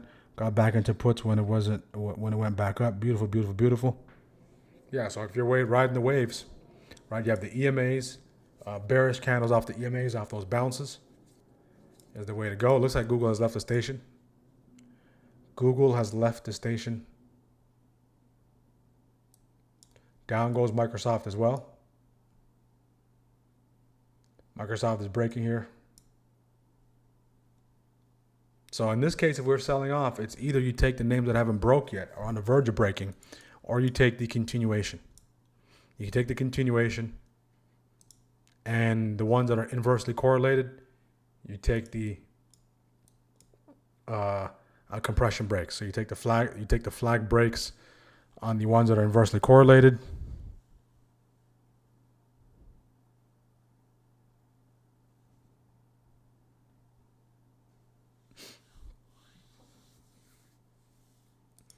So a little slow on my end on the pulling the trigger.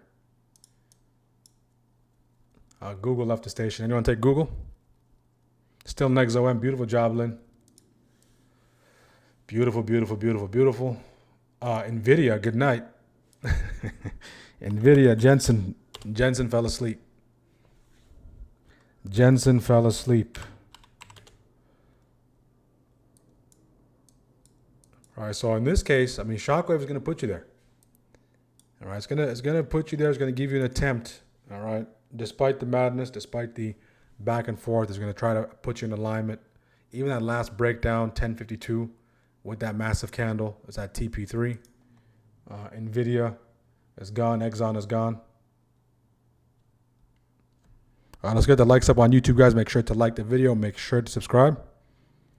We are closing in on 4,800 subs. All right, let's try to see if we can get there today. The goal is 5K subs by the end of the month. We will do the giveaway on 150 likes. We're at 104. If you're a first-time viewer, we go live every single day at 9:30 a.m. Live trading and training. Live day trading options. So Google, nice little retrace reject on Google. I'll be there for it.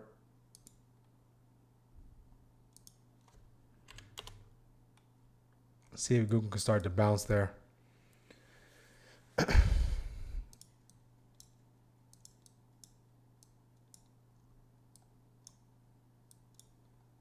I'm looking at the 337s.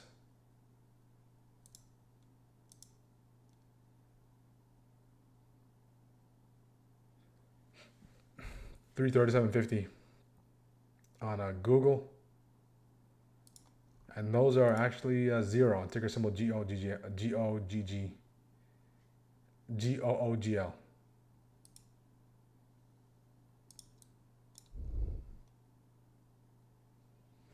Okay, so let's see if we get a nice push on Google. Retrace reject. I'll be there. So now my risk will be, of course, all the way up there.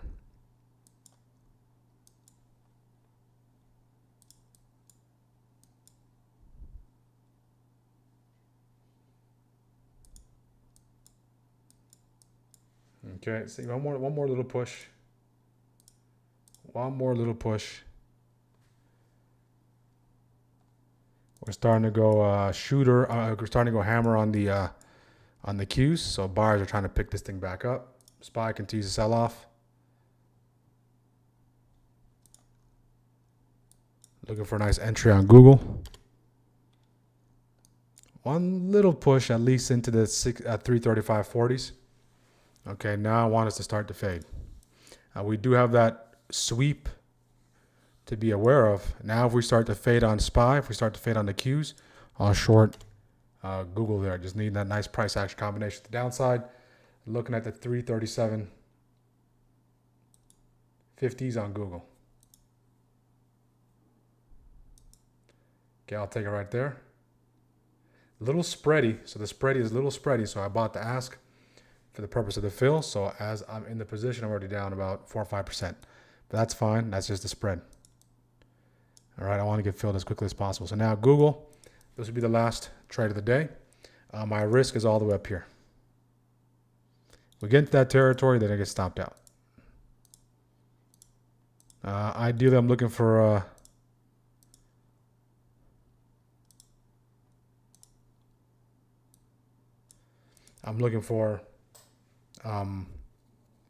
scale out, stop out, at least back into this territory. At least back into here.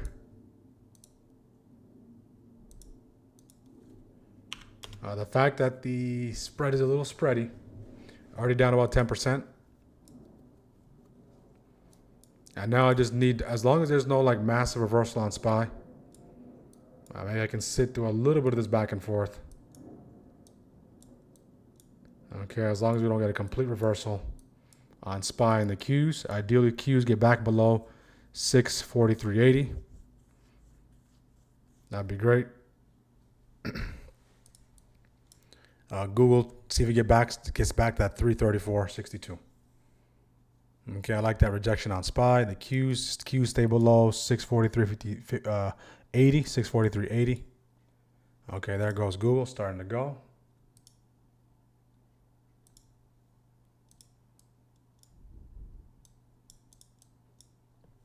Okay, now I need SPY to head towards the lows of the day. Lows of the day being 706.14.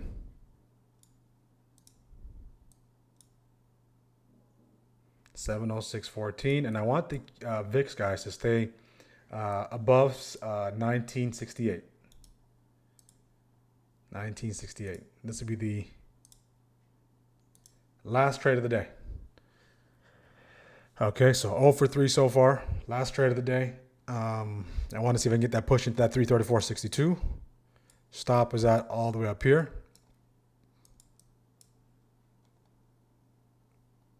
If you did take this, manage accordingly. TP where you need to, up 4-6%. All right.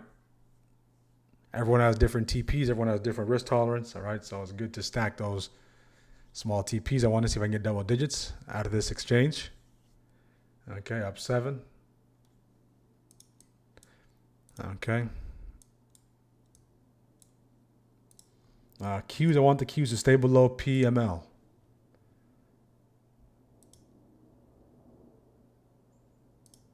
Okay, up 11. Go, go, go. 13. There we go.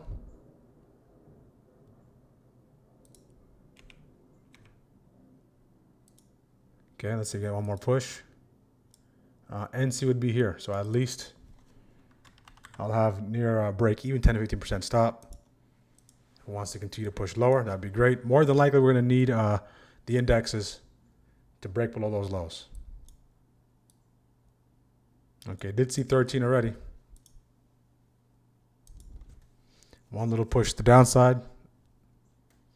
40 seconds left on this 5-minute candle. This 5-minute candle on Google. If we can break below these lows, that's good.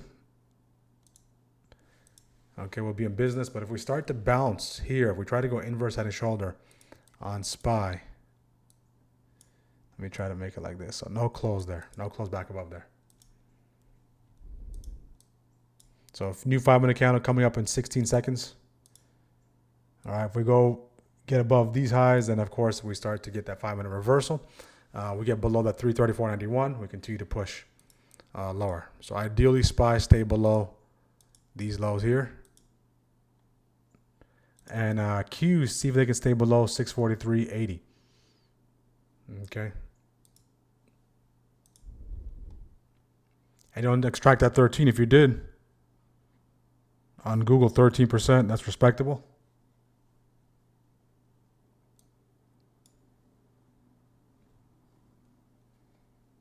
Still in Google here.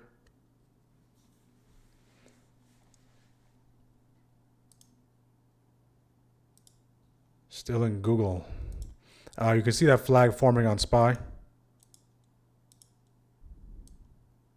So I want that flag to completely break down and Google get below that 334.91. Okay, decisively. Again, another double digits on Google. Okay, see that continue push. I want that hold below 334.91. Okay. See if we can get that break on SPY as well. So you get a hold below here. So it's just giving us 12, 13%. And that's all it gives. And SPY doesn't get that breakdown, this flag break, more than likely that's what I have to take. Right? Can't force it to give me something that's not there. So I want to see if we get that flag break here on SPY. If we get that flag break here on SPY, I can send Google to 334.63 territory. Okay. Okay. Go, go, go.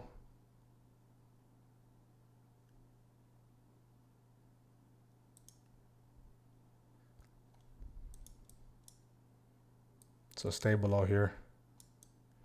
I want to see. We'll get that flag break on SPY. We'll be good to go as we pursue 334.62 lows of the day. Okay, up 12, up 13. I'm going to scale out there for good measure. All right.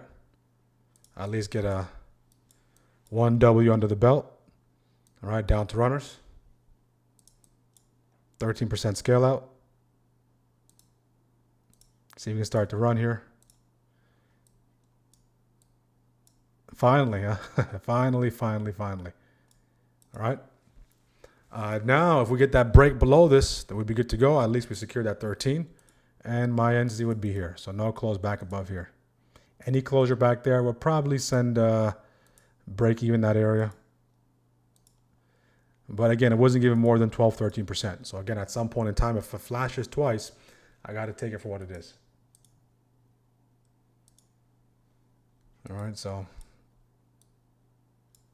And we're not getting that breakdown. For us to get to those lows, team, we're going to have to get that breakdown here. We're going to have to get this into this territory there. If we can't get that, Google might start catching a bid there. And my NC will be this at 337.26. Very close to break even. At least walk away with something. Okay.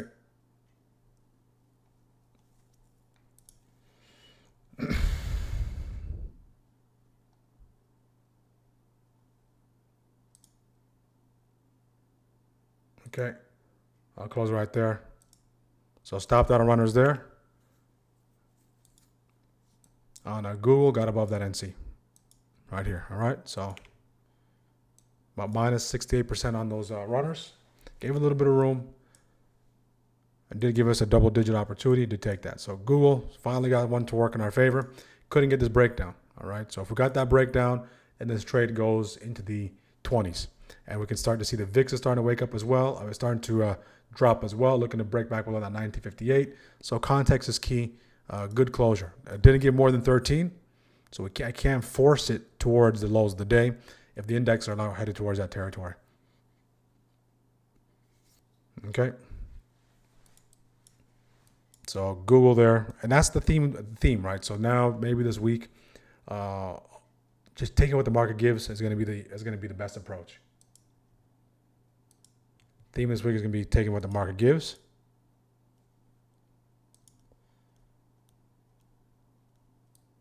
And falling in love with the targets too much can get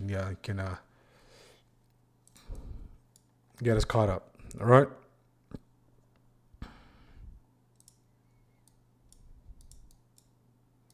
All right, so that's the fifth trade of the day, guys. Fifth trade of the day. The first one was Exxon. Okay, let's walk through the trades. Okay, first one was Exxon. I liked Exxon as we were starting to sell off initially. I did see about a 6% appreciation, 6-7% appreciation. All right, 6 to 7%. Okay, risk being down here. Okay, I wanted to see if I can get that continued push.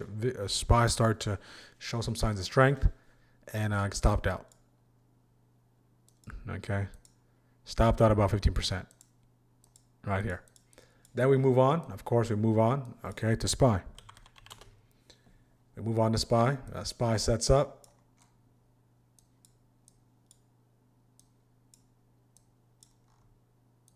Okay, SPY sets up. In this case, this one happened so quickly that the engine can even catch it on time. So in this case, I do take this one right here on my own merit, a reclaim, attempt at a reclaim, right? See if we get a nice little reclaim that level. I do like how it's shaping up, but we couldn't get a break back above that level. We got stopped out quickly there. So no real signs of green here. And then take it here once again, give it a second attempt as it fuels back up, stopped out again. And then take it again here, do see about 7-8% here, and then stopped out. All right, so maybe in hindsight, taking a cool off period. VIX fell back below that weekly open. Taking a cool off period here. Sometimes I do get caught up in falling in love with a certain area, right? Maybe just giving it 2 attempts in that area might have been best protocol, but I do like the way we manage that risk. We got that initial breakdown there. I'll let that go. That ended up playing out nicely, and this breakdown also came to our attention. And now shenanigans once again. And then we went over to Google. All right, so 5 trades out of the 5, 3 of the 5 did have an opportunity to TP, opted not to take the TP to see if we can get that scale out, and eventually got stopped out. So the one that did work in our favor is Google. Outside of that, everything else, TP available, but stopped out. Look at the shenanigans now. Okay, look at the shenanigans. The VIX fell back below that level. Now we go back the other way. All right, so taking profits and being diligent in your profit taking is the best approach. All right? It is the best approach. 29% account growth for Jamila. Beautiful job. Good. Let's get the likes up on YouTube, guys. Let's get the likes up. We're 40 likes away. Okay, 40 likes away. We are a few minutes away from the conclusion of second shift. So last week, right, I was primarily focused on the opportunities in first. This week, the opportunities in first. So we just have one day, right? So we still have to collect a lot of data. But this week, all right, we didn't get so far on Monday. I won't say this week. I won't go as far as to say that. Don't have enough data collected. But so far, so Google, okay, continues to go. A good TP on Google. Meta's starting to go. Everything's bouncing off those lows. All right, so this week, all right, see profit, take profit is the motto so far. Okay, see profit, take profit. See profit, take profit, meaning just a scalper's mindset, right? You get that nice little double-digit gain, lock in. Right, being diligent at profit taking. All right, so very important that we do adopt that line of thinking, because the expansion, there's just one expansion, just one. In 2 hours, there was just one expansion, and that was a catalyst was needed for that to take place. Everything else was a scalp. Okay, everything else is a scalp.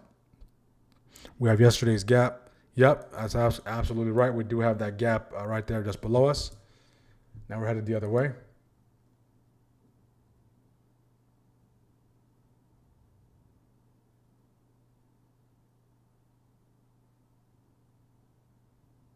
Yeah, so if my name is George, you can call me George, you can call me G, code G, all right? Mr. G, whatever works.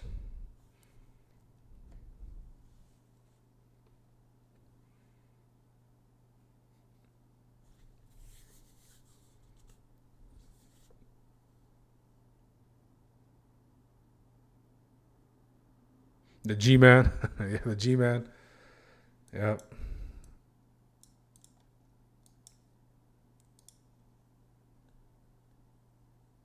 Yes, Google puts.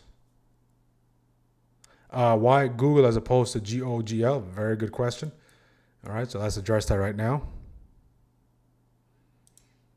So from options perspective, the difference between these two is one gives you voting rights, one doesn't. Okay, just A class, C class shares. That's the difference. All right. From a long-term perspective, if you're just buying it. So the difference from the option perspective is this one gives you the traditional Wednesday, Friday, and this one gives you the 0 DTEs. See, at GOGL, there's 0 DTEs. There's Monday contracts, so it goes, the option chain goes Monday, Wednesday, Friday, as opposed to these contracts that just expire on Friday. So these only have weeklies on Friday. Okay, on Friday. And these have the Monday, Wednesday, Friday. So that would mean they have 0 DTEs. Monday, Wednesday, Friday. So they have 0 DTEs at that particular day. So on a Monday, they'll have zeros on Wednesdays and Fridays. That's the difference. Okay. So this one doesn't offer the Monday, Wednesday contract. This one offers the Monday, Wednesday, Friday contract. That's why. All right. The whole point of the day trading, guys, I like to get those movements quickly. So my edge is getting that quick appreciation. Right, especially on the lower time frame. Time is of the essence. All right, so I want to see within that 3 to 5 minute window, I want to get rewarded. Right, I want to see if my idea is working or not. So when you start to go a little further, okay, then you don't have to go outside that shorter window. All right, you're playing the idea more than the reaction. That's what I like to call it. When you're trading those zeros, of course, you're using the ideas to take those trades, but you're more focused on reactions. All right, so lower time frame. Okay. If I can get the text box, lower time frame. Okay, so especially scalping. Okay, scalping, especially scalping. What you're looking at is since there's so many opportunities everywhere, what you're really looking to take advantage of is reactions. Okay, that's all you're about. Okay. All right, reactions off key levels, reaction off key zones, reactions off pivotal areas on the chart. Based off those reactions, right, you get those quick appreciations. Okay, so those reactions are not sustained. Can they turn to sustained moves? Sure. But when you're going with those further dated contracts, you're not so much concerned with the reactions. You want positive reactions, but you're more trading the idea. Okay, you have more of an idea. Because really and truly, okay, without looking at the higher time frame, I can scalp this. I can use just this to find opportunities to scalp because it's a reaction-based system. You get reaction off certain levels, retrace rejects, balances, reclaims, so on and so forth. You support that with your synchronized buying, synchronized selling, so on and so forth. When you start heading towards those further dated contracts, and when you start heading towards ideas that need time to play out, right? You're buying yourself time. All right, so you're playing major levels on a higher time frame. So it's going to take some time to play out. All right, so since I'm looking for the reactions, okay,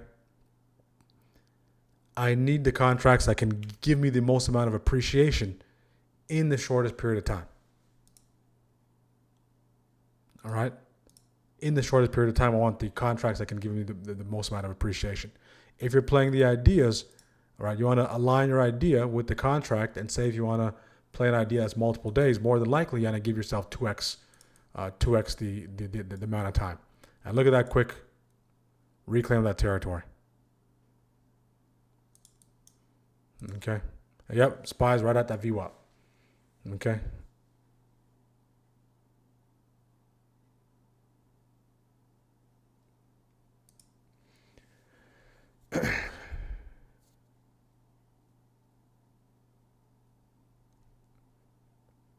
Agree if you like the stream. Absolutely, guys. Let's get the likes up.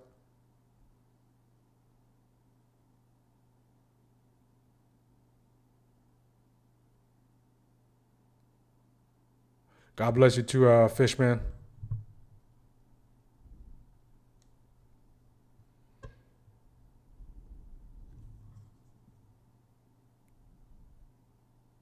That's where your voice twins. I could hear you talk about algebra and tune. I wish I could say the same about. I'm going over math with my son.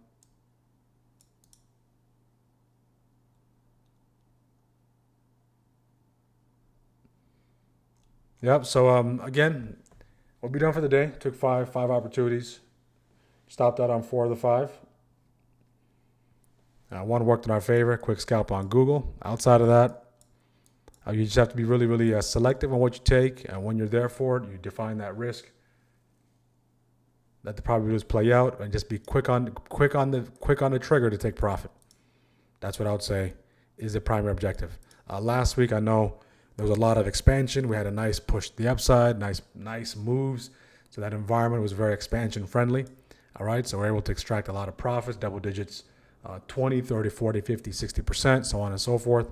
So this week, that can be a little different. The market wants you to get used to a certain kind of environment, and just when you get used to it, just when you get comfortable, it likes to flip it.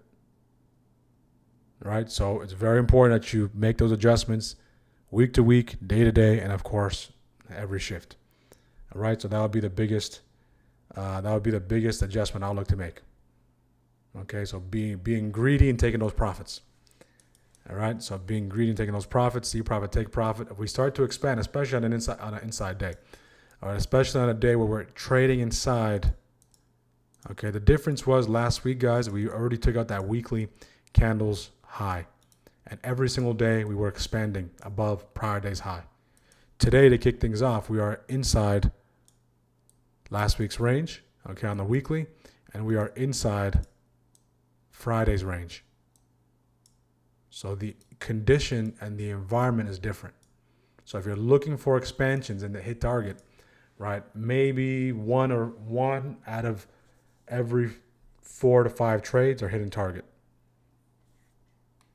And everything else is either hitting 1R or providing scalp opportunities. Because we're not expanding, if that makes sense.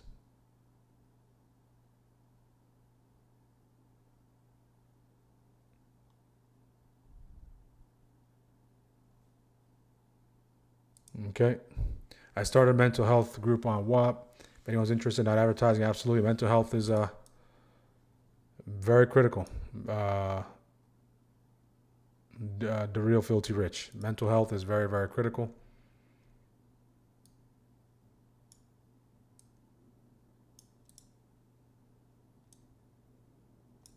And to me, from my personal perspective, right, the backbone of my mental health is tied to my spiritual health. Right? So if I stay really in tune with with things that I believe in, then more than likely everything that comes forward, challenges, adversity, uncertainty, all those things, I'm equipped to handle that much better. Right? So I think those two things go hand in hand. Right? So I think a lot of things tie back to the things you believe.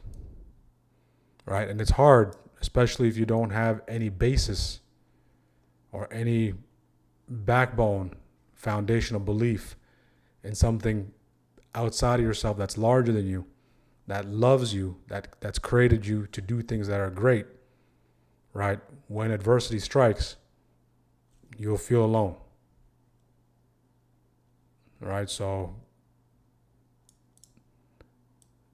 mental health is a real thing on all fronts, especially younger generation, especially they're dealing with a lot. Men, women, everyone with every age. But what gives me that clarity and certainty is my foundational belief in Jesus Christ. All right, so that gives me the certainty and the things that he's done for my lens, for me, go above and beyond, because there's no one that was willing to do that for me.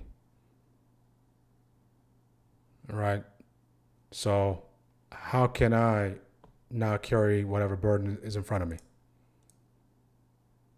Right, and carry it the right way, or the best of my ability. Right, so this adversity is a privilege. Pressure is a privilege. You get to really understand what you're made of. You get to really understand the things you can improve within yourself. All right, so now when we separate those two things, mental health along with spiritual health, right, the science can only get you so far. Taking a deep breath can only get you so far. There has to be some spiritual connection that you have to have that it drives your primary purpose. All right, drives your primary purpose, and it's been demonstrated. Okay, so I don't push the things I believe on anyone, because it should naturally happen, and God will find a way to call everyone to him, because I know how far away I was not too long ago. Right, so I'm not in the business of telling people what to do, because if God is looking for you, he will find you. Just like he found me, but from the aspect of trying to handle mental health as its individual silo is tough. Right, to carry the burden on your own is tough. Right, it's very tough. And a lot of people suffer in silence. Right, so you're going to have something to offload that weight.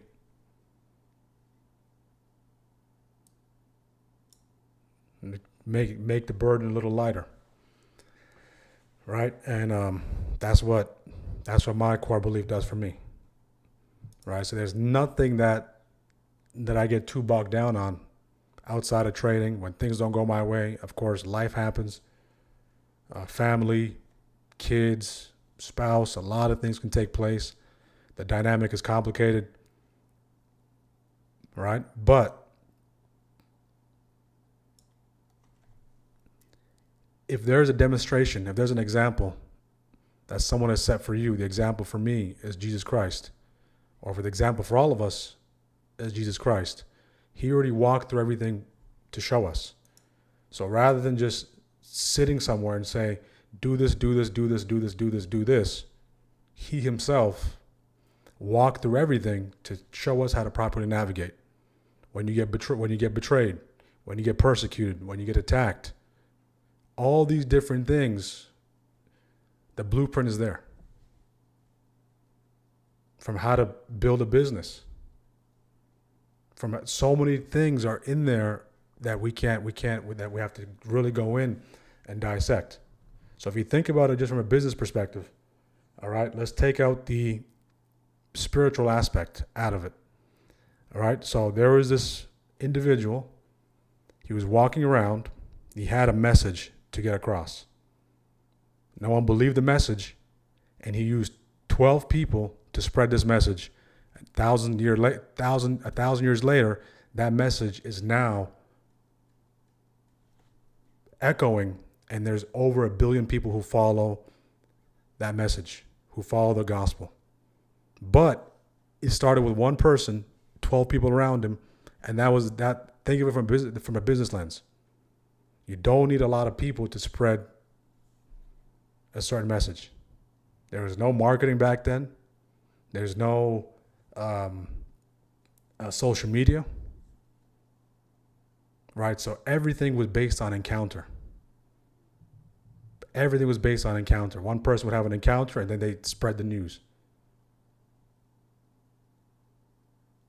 right? So there's so many things. The framework is there for so many things outside of just this spiritual aspect to study this individual. And the reason there's a reason why Jesus Christ, the historical figure, is not talked about. Not minus the spiritual thing, right? Minus the spiritual aspect, just the historical figure himself as the man, right? We like to prop up all these individuals, but we never prop up that one particular individual. All right, so to me, that's where all my mental clarity comes from. Right, so it would be very difficult for someone to take the burdens of the world on their own. Right, it would literally drive you crazy, tenfold. So you're gonna have to have some sort of foundational belief that connects you back to the source, that connects you back to why you're here. Right? And on top of that, if the individual you're following has walked through every possible thing you can walk through and has set the example, what more, I'm not going to say what more could you ask for, but what more could I ask for? Right? So yeah, mental health is a big thing now.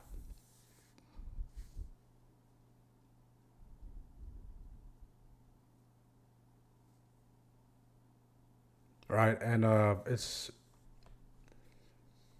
it will work if for everybody. So I'm not the person who grew up in church per se. I'm a person who encountered,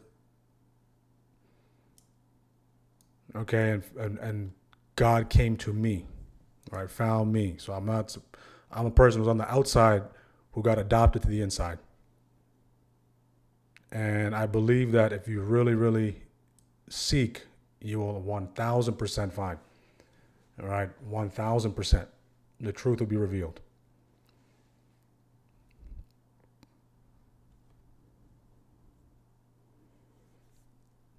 All right, and that's the whole the amazing thing, guys, is everyone has a chance. Everyone is worthy.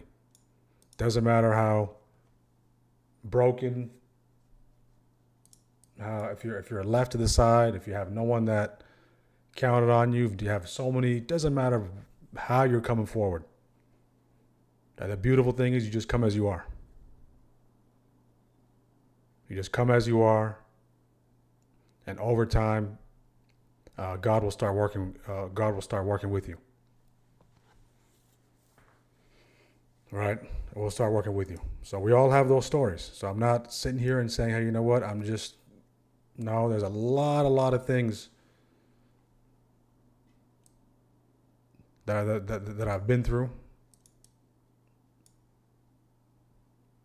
And you can only connect the dots looking back. It's like trading. We can only look at the inverse head and shoulder that took place 2 weeks ago that was responsible for that massive push up and catalyst came in when we look back. So when you start looking back, you can only start connecting the dots. You can always see, hey, you know what? God was there the whole time. You thought you were isolated, but he was there the whole time. Right? And that's the last thing that the enemy wants you to see. All right? That you're alone, that you can't do it, that there's no one, that you don't have a divine purpose, that things the world says about you is true. Okay? Just that negative reinforcement, making sure you're held captive and making you think you're going to live forever. That's the whole scheme. That you have infinite time on this planet. Take your time. You can work on the things tomorrow, procrastinate. Really, there's not enough time. All right? You have to get it. You have to try to get everything that's in you out of you as quickly as possible. Because everyone does have some sort of gift, or you wouldn't be here. Okay, but it's just a matter of people finding those things inside of them and bringing it to the bringing it to the world. All right, no one is here for no reason. Good or bad, no one is here for no reason. Okay, so nice rejection off that VWAP. So that is a great thing that you did start. The Filthy Rich, the Filthy Rich. I'll definitely check that out.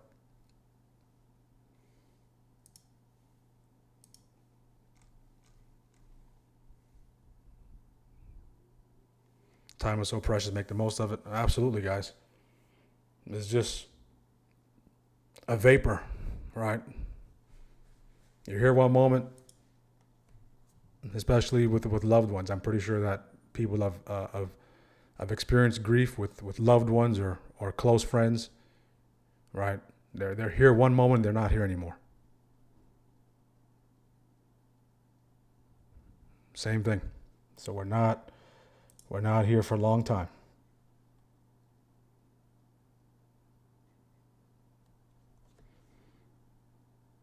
Amen. I was watching cancer doctor MD Anderson said that only explanation could be absolutely, and a lot of people are getting called, guys. A lot of people are getting called because they're going to be used in many, many different ways. All right, so including everybody in our stream, including myself. I'm just doing my part, right? Trying to because trading, guys, it's just clicking buttons, isolation.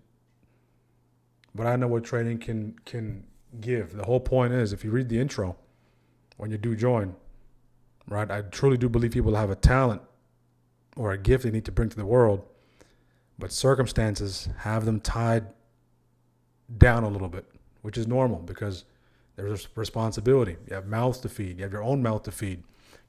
Maybe you're taking care of your parents, right? There's people that rely on you, which is a good thing that you're responsible. But so what is the only thing you can utilize to meet a portion of those needs so you can focus your attention on the things you were brought here for? That's the whole point. You're just leveraging this trading is just a means to an end. You're leveraging this particular tool to get back more of your time.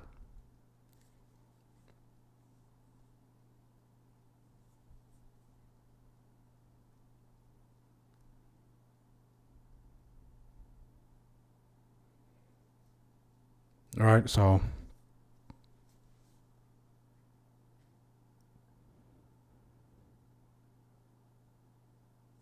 thank you for having the courage to open. Yeah, I'm going to speak the things I believe about my faith. I'm not going to push it down anyone's throat. I respect all people, right? But anytime I get the chance to speak about the things I believe, I will more than willingly testify because I know the things that God has done for me.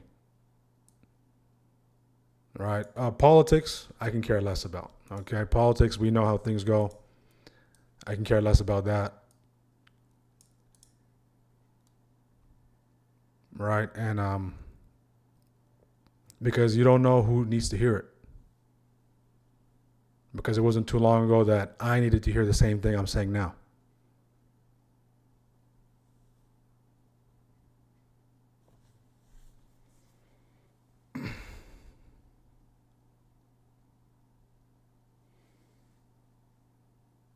Okay, SPY just chopping around here. Did reject off that VWAP. So again, as far as trading is concerned, I did take those 5 trades. Stopped out on 4 of them. The last one that worked in our favor was Google. Book of Proverbs is a great book to read. Yeah, 100%. Yeah, Book of Proverbs for anyone, right? So it doesn't necessarily mean you have to be religious. Right, Book of Proverbs is a great, great book just to read on its own. There's so many things you can extract from the Book of Proverbs. And if you're a believer, the Book of Proverbs, you're going to get convicted left and right. right? You're going to get convicted. That's what happened to me. When I was reading Proverbs, I was getting convicted left and right, right? And I can just see the amount of things that I have to work on, still working on. And that conviction is key, right? That translates to self-awareness.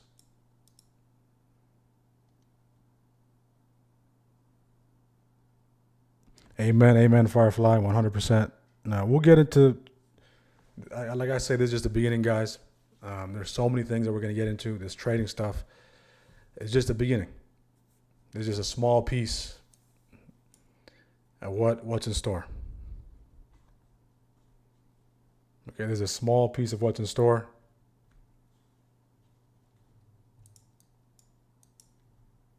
Regardless of belief, everyone have faith, no matter. Absolutely.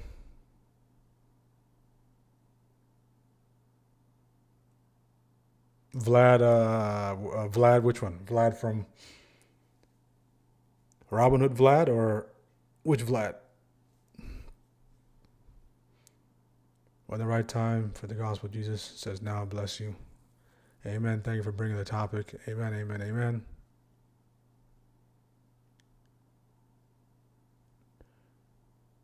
Amen.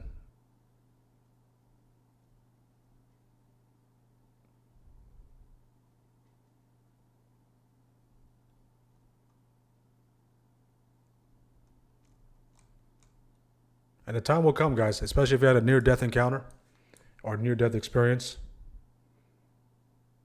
All right? Sometimes that's what it takes. That's the reality of the situation.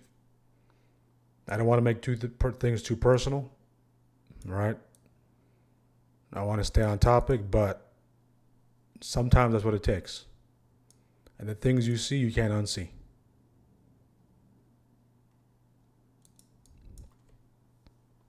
The things you see, you can't unsee. And that's the case for me. All right? You can't unsee the things you see. And once you have an idea, because everything is just a distraction. Everything is just a distraction. Just to keep you distracted, just to keep you doing the things you want to do, just to keep you disconnected, as far away from your purpose as possible. And so many people are waking up, especially the issue is going to be, all right, when the men start waking up. All right, when the men start waking up, that's when the issue starts kicking in. When the leaders of households start waking up. All right, that's when the problem's going to start. Can I short MU?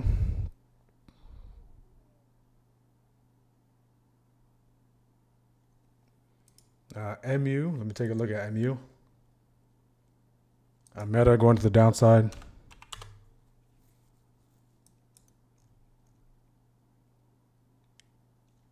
A little overextended on MU. It's already at TP. According to Shockwave here. Okay, you can see. MU, the shorts were available here. Had that nice little flag, multiple opportunities, and now it's at TP2. So if you are going to short MU, you probably have to wait for a little overextended, probably another bear flag type of situation off of the key level. So the last short was available here, and that already went a few TPs. Okay, so now the market is just open to be open. Okay. What I mean by that is going to certain levels, having certain reactions, but nothing too major. So what it's waiting for is another news headline. Any kind of news headline, any kind of rumor, that's what wakes up the market or dumps it.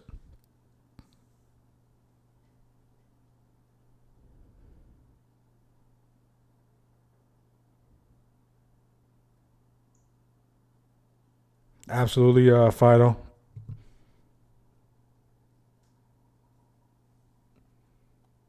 Yeah, the mugs, I got to put the mugs back on. I took off I revamped the site. I have to put the merch link back on.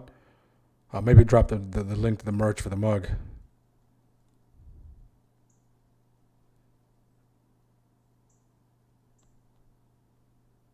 back on the site, but the mug is available.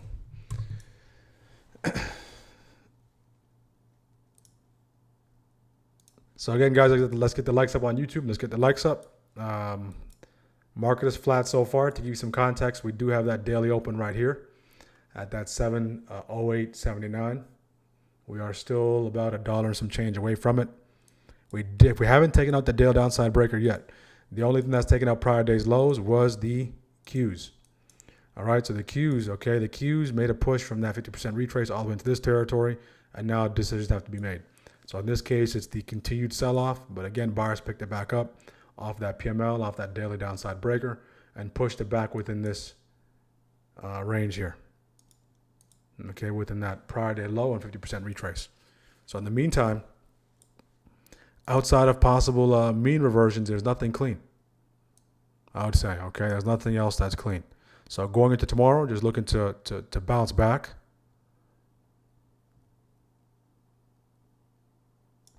All right, take the same kind of trades. Nothing really changed from that aspect, but just be a little bit quicker on the trigger to take those profits.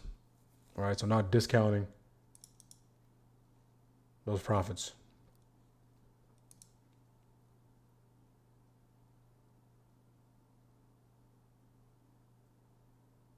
Being personal makes a difference in the channel and community. Everyone is so generic, not like here. Yeah, everyone has their unique approach.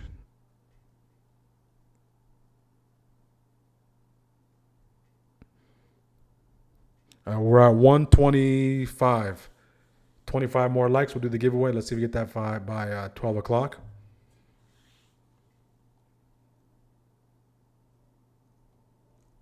And it's already been a year. Just look how quick the time flew by. All right, just to illustrate the point I was saying earlier, how quickly time flies, guys.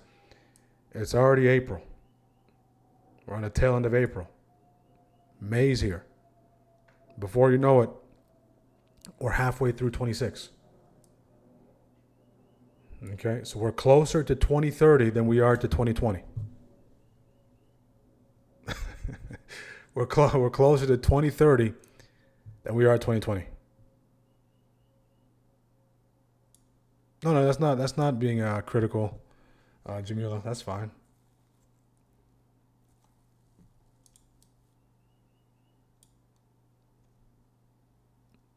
All right, so 2030 is upon us.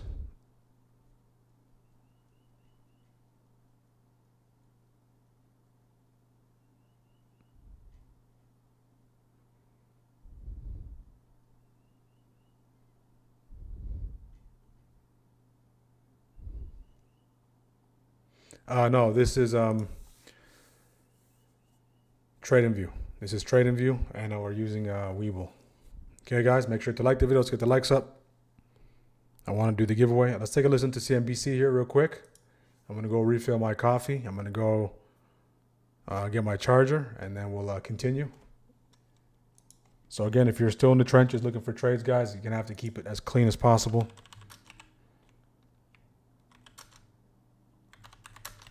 This type of conditions is very easy to get carried away and overtrade. The biggest danger is over trading. Now, maybe you got stopped out a few times and you're trying to chase and trying to make that back. We have 4 days. All right, so very, very important. If you're able to capitalize off some opportunities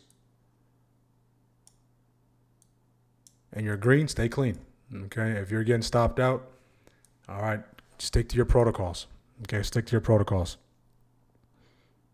Okay, let's take a listen here, and we'll be right back in a couple minutes. Science class on campus this quarter, but more importantly, we publish all the lectures online, and we've got leaders like some of the co-founders and leaders of OpenAI and NVIDIA, you know, Sam from OpenAI, Satya from Microsoft, Jensen from NVIDIA. We had Amanda Eskel from Anthropic on Friday, and we sort of try to do a first principles breakdown of what's going on in AI infrastructure so people can educate themselves and then reason about what they're hearing from Anthropic in context, what they're hearing from OpenAI in context. It's just a base level of literacy that I think is missing in the space, including from the capital markets, by the way. And so people need to stop freaking out, chill out a little bit, educate themselves, and then I think we'll all realize that there are risks, don't get me wrong. And the technology is so powerful at mission critical contexts that we have to actually start educating ourselves about the risks. So many of us are now involved in purchasing decisions and deployment decisions at scale. But I think step one is we got to educate ourselves about what's different this time, because some things are meaningfully different than what's the same. It sounds like we all need to take your class. Or like let You're us welcome stick a to. TV camera in it.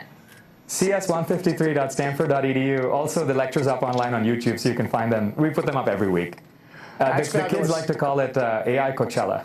Anjali, appreciate it very much. That's good branding. Anjali Mehta with AMP. Great discussion. As we come off these session lows here, a lot of all-time highs today. Ross Stores, FedEx, GE Vernova, JB Hunt, AMD, bunch of them. So you've got a mix of the AI trade in there with some of the consumer discretionary trade in there as well. Look, we'll get retail sales for the month of March tomorrow. I think that'll be a good tell. The headline number is going to be high because it factors in the rise in gasoline prices and gas stations. But the key will be looking at, stripping that out, the control group, which goes into GDP, and the difference between that and the headline number, and that gives you a sense of how the consumer's been behaving in March. But so far, the commentary has told us so far so good. Right. And then, of course, Fed confirmation hearings will be the other part. Yeah, we'll take the Kevin Warsh hearings tomorrow. Obviously, key question of, is he still pushing for lower interest rates, right, and independence of the Fed? Yeah, after comments last week from Myron and Waller about how quickly some of these things are changing. Frank Collins in for the judge. Let's get to Post 9.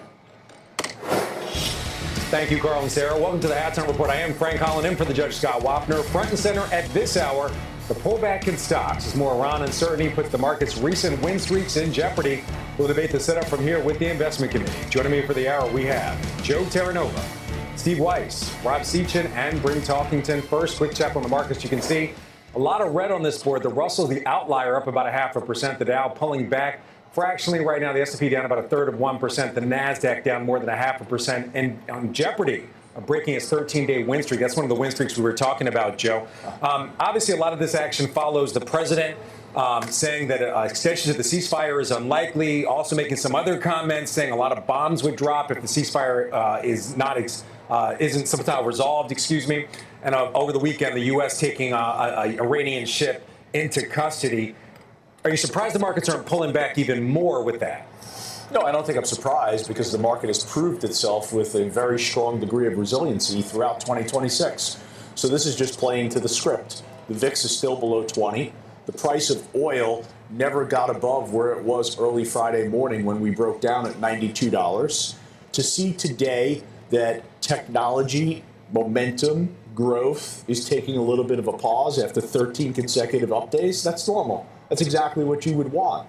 Now it's time for the S&P equal weight to kind of join and participate, the Dow Industrials to join as well. You have 52-week highs today in stocks like FedEx and Target and State Street and eBay outside of the technology names. So not surprised by the resiliency at all. Very consistent with the script for 2026. And I'll say this, it's tough to be a bear. It is very tough to be a bear right now. Brent, I want to come over to you. One of the things I was looking at, if you look at the VIX today, it's actually lower than it closed on the day before the Iran strikes. Is that complacency? Is that resilience? How would you categorize that when we're seeing a market that doesn't seem to be concerned, even as geopolitics and some of the tensions there, they just continue to ramp up? All right, so we're still seeing Great Commission, 100% underrated nerd.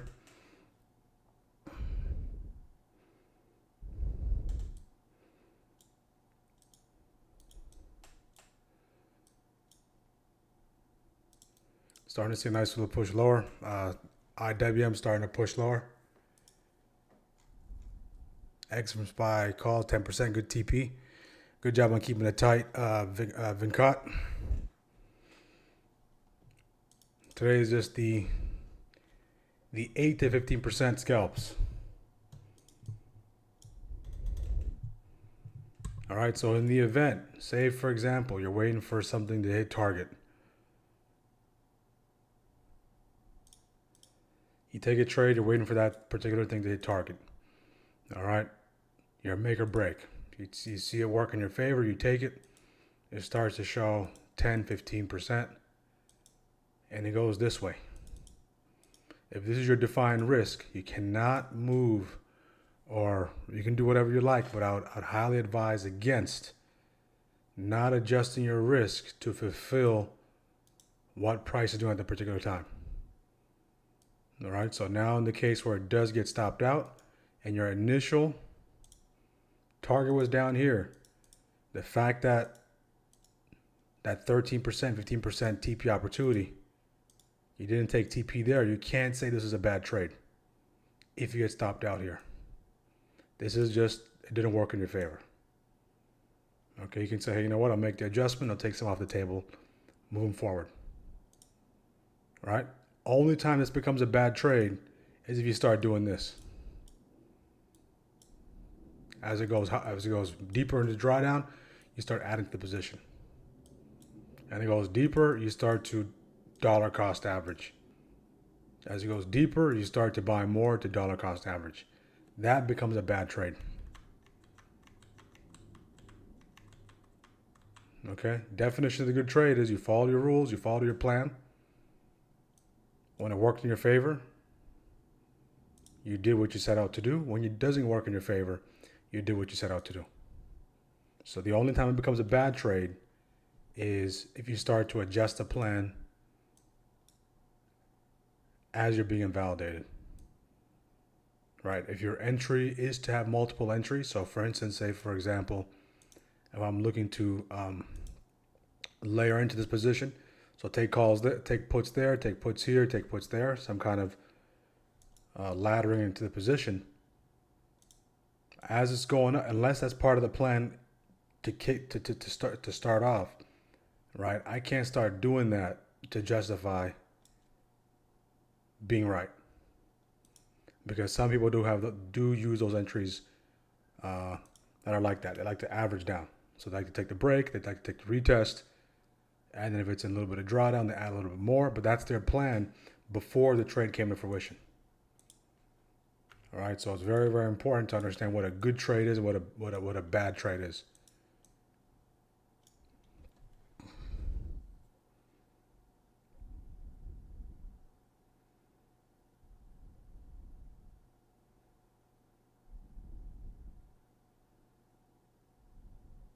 Any lotto for Monday?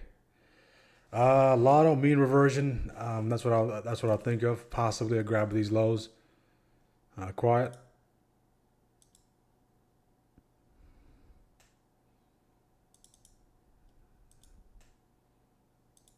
Okay, maybe a grab of these lows. We see some buyers picking this up. If we get to that 705.97, that means we're coming into the jaws of the gap that we did see on April 17th. So Friday's top of the gap. We do have that daily downside breaker right there as well. So if we can come into this territory, show some signs of life, that can be a lotto there. Something at the very highs or something here. All right. We peak above this territory. We start to fade. We push back below it, or we just come into it and we reject. All right. So I'm leaning towards that if we continue to do this kind of maneuver. So it looks like the market is waiting for some kind of headline. We said a while back, guys, the market is like a immune system. Okay, so now anything pertaining to Iran, okay, the market is not going to blink. All right, so I already had that massive reaction. We saw this take place last year. We walked through it last year with the tariffs. In the beginning, we were very sensitive to anything tariff related. We had that massive reaction, 20% down.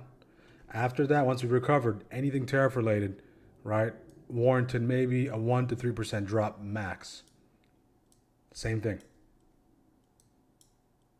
If the events that took place over the weekend took place when we're at the very lows, right, that would add to the fact that we have more uncertainty. That would be a different situation. Now we're in a different stratosphere. Right? So now the market will just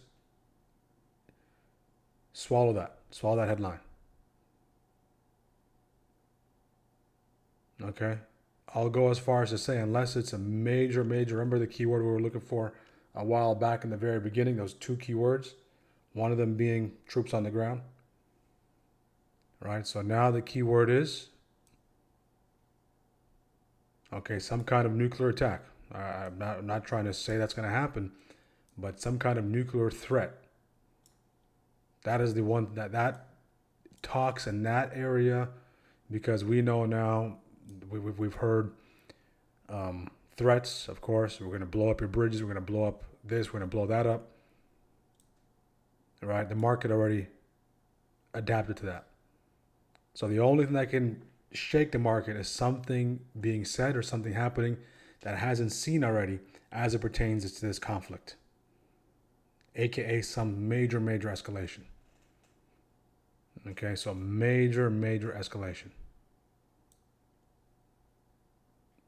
All right, so that's the only thing on the horizon. And last week we were talking about that cruise ship. Remember the cruise ship we were paying attention to? All right. I forgot what it was called. I think it was something Odyssey. Right. That late afternoon, I had a CNBC. I was watching CNBC, and ironically, they started talking about the same cruise ship. Right. So the only reason why I say that is because you don't have to wait for someone to regurgitate all the information and feed it to you the way they want to feed it to you. You can go ahead on your own and get this information. Okay, the regurgitation of information, that those days are over. That's gone. Okay, we got a container ship there. We got some ships going around there. We got one there as well. Okay, we got one there as well. So we have a few ships in the strait. Container ship there. Container ships, a lot of container ships, but no tankers.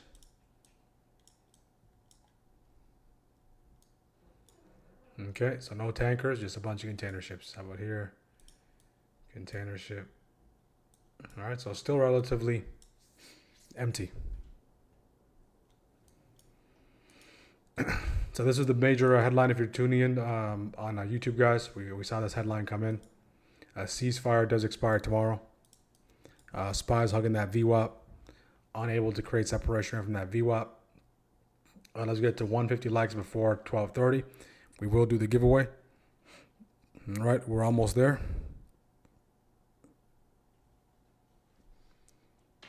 How are we doing so far? Strikers, we got Brian B. We got Riri for the giveaway. Okay.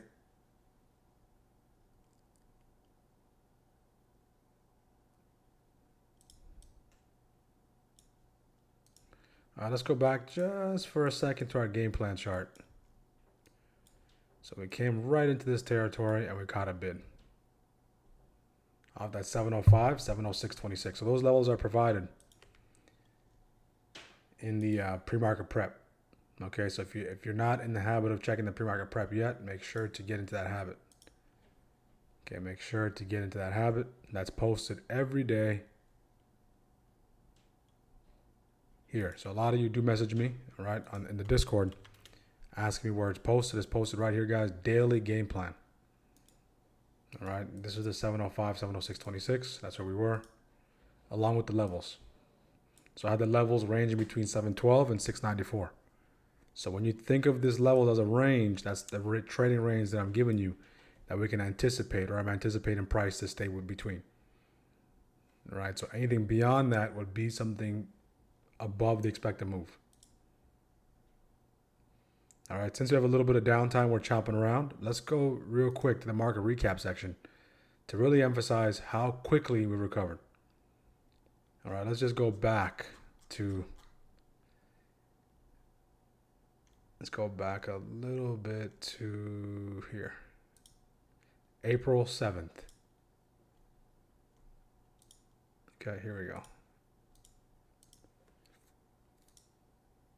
Let's go actually all the way back to single digit fear. Single digit extreme fear. Here you go. All right, so we're in the teens here. We're at the 14, 16.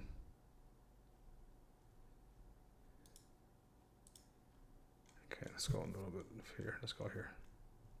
Let's go here. So this is the last weekly recap. This was 328. So fear and greed was at 10. Fear and greed was at 10. On that Friday, SPY was trading at 634, got low to 633. Look at the heat map.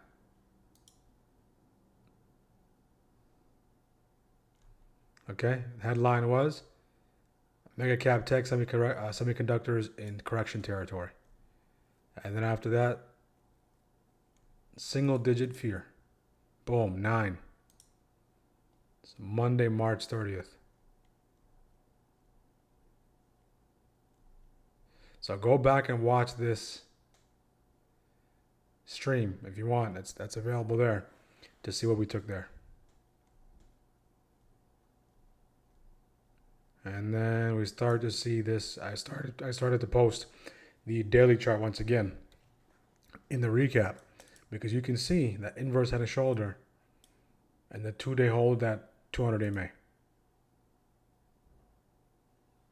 All right. So all we know is there's a bullish formation. We know the sentiment is still negative. Situation is escalating. Okay, so technical bullish formation. But there's no way for us to know, okay, that in exactly 9 to 11 days from this point on, we get to 710. It can only make sense, again, looking back. Right? Because all we're looking for is that 200 EMA hold on the daily, and the fact that we have an inverse head and shoulder. And then the very next day, boom, ceasefire. Now we've recovered 7% after this 1, 2, 3, 4, 5 day streak. At that time, we're still at 676. And then we just go on a historic run. All right, 1 day pause, and then we just continue to push. So last week, this is the kind of environment we were in. And then another push, and then we're now in the all-time high zone. All right, so last week, the past couple of weeks, right, those expansion setups were very favorable.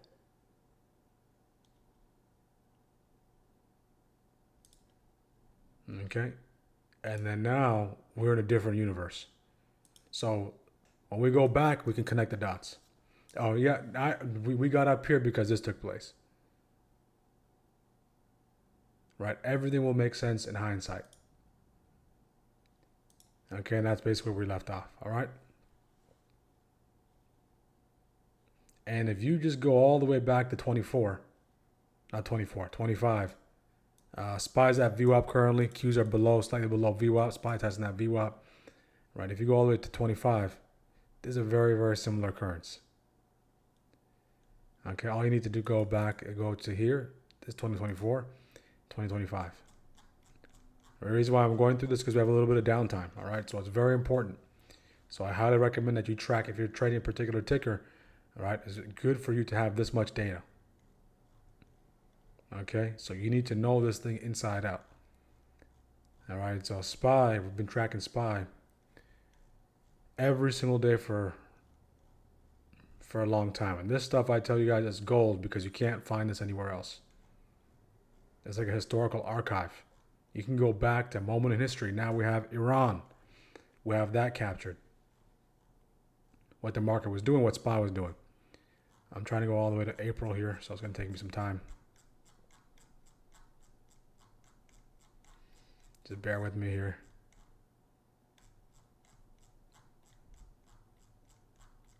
So every single day last year, from April or from late March to the end of the year, we have all the action.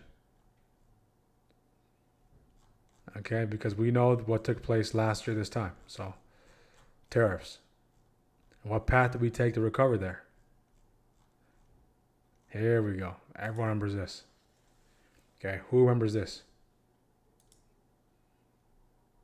Okay, fear and greed got to 22. This was April 2nd, okay? Different catalyst, same kind of time, okay? This is April 7th. Fear and greed is at 4. Okay, that is the lowest the fear and greed has been since COVID. Extreme fear. Historical intraday range.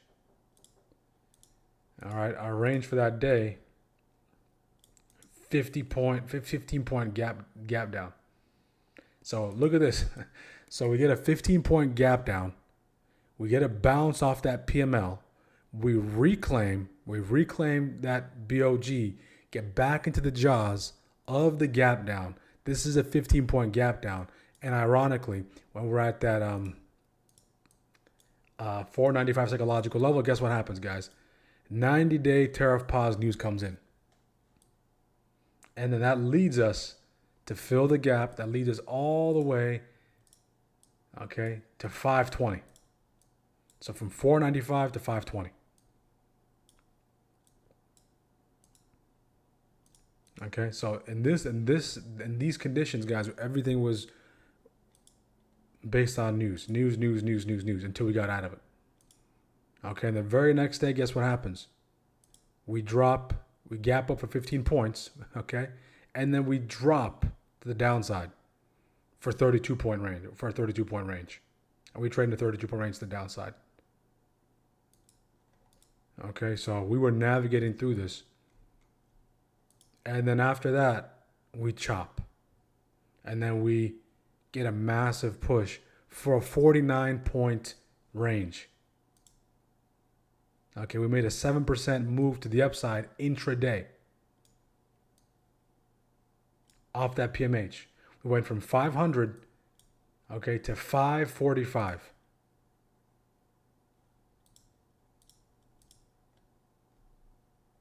All right, the process stayed the same. Nothing changed. Okay, so now you can see when it started to get to April 17th, we started to work our way. We started getting close to we can start to see the fear and greed starting to improve. Okay, so now we start to dip into the fear territory. Okay, then now we start to do the same thing, same kind of routine we did now. And then we start to improve a little bit. The conditions start to improve. Buyers start stepping in.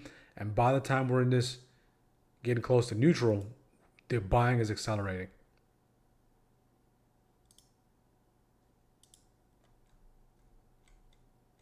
All right, so it's accelerating. And before you know it, okay, we are starting to push. Every catalyst is working in our favor, pushing to the upside. And now we're in extreme greed territory.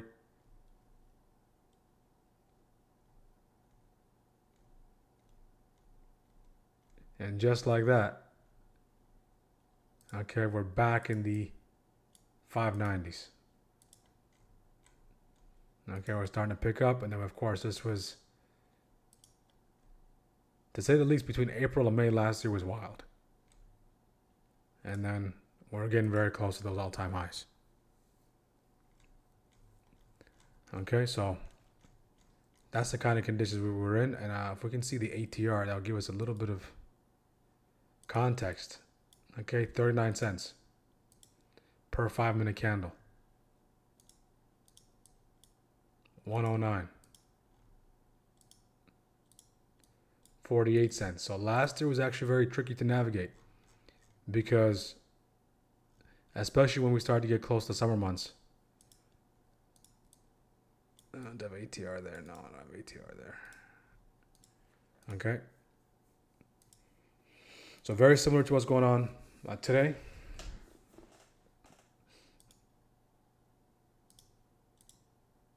And as we head towards the summer months, there's the kind of condition we can expect.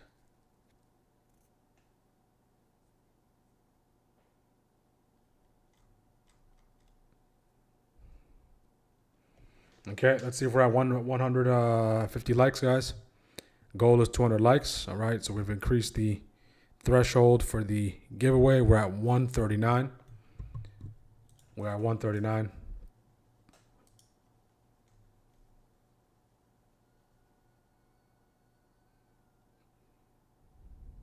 Tesla, let's take a look at Tesla. Tesla was actually nice today. But just be mindful, Tesla's IV will start to crank up here. The closer it gets to earnings, so Tesla got that clean break here on Tesla.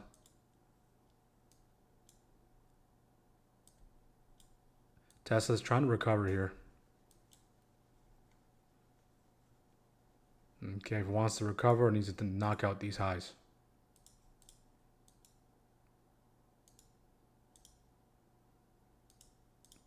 Okay, it needs to knock out those highs before breaking down this support breaking down. So meaning it needs to aggressively push. All right, while the support is being held. All right, while the support is supporting. That's the path for Tesla. If it can't do that, the support starts to give. Heads back towards that 390 territory. Okay, that's Tesla. SPY is rejecting off that VWAP. 1 minute chart is as ugly as it gets. Look at this. This is as ugly as it gets. Okay, just piano keys. Okay, piano keys to say the least. If you're a first-time viewer, make sure to like the video. Long-time viewers, make sure to like and subscribe as well. We're closing in on our sub goal for the end of the month, which is 5K. That's a huge milestone for our channel. If you're interested in joining the community, we'll go over ways to join the community, what we have to offer at 12:30. By then, hopefully, we will have 150 likes. We'll also do the giveaway. Okay, so if you took any trades today, let us know what trades you took.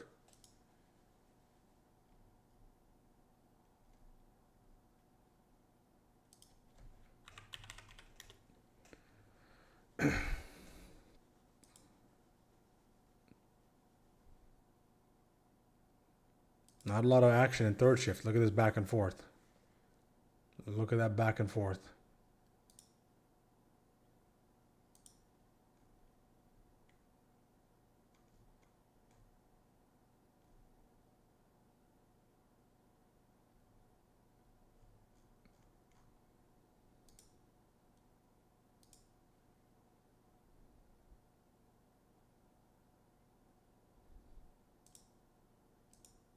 Who's done for the day? I'll be done for the day. I will be done for the day.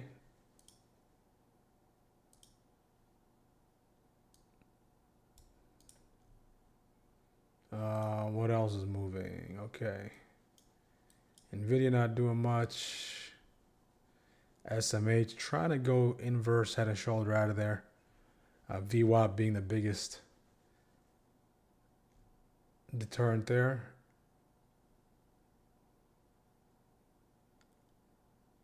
JPM trying to maneuver a move. Financials are showing some signs of life. JPM trying to work out a move possibly there. If you can bounce off that VWAP.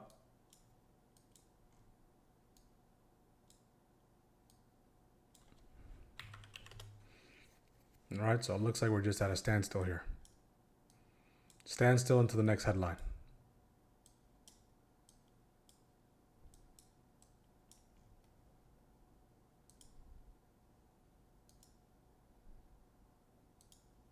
Let's take a look at the poll. So usually when the poll is no greater than 60% on either end, right, the poll does a pretty good job of gauging what kind of direction. So far, if we take a look at the poll, right, 166 votes. So bearish or bullish, it looks like 58% of the chat is bearish, 42% of the chat is bullish. So we're bearish just by a few votes there, but nothing beyond that 60. That's 60%. Very close. Because it's almost like the market is just waiting for the next headline to pop up back into the highs of the day, get back about that daily open, or to drop into the lows down here.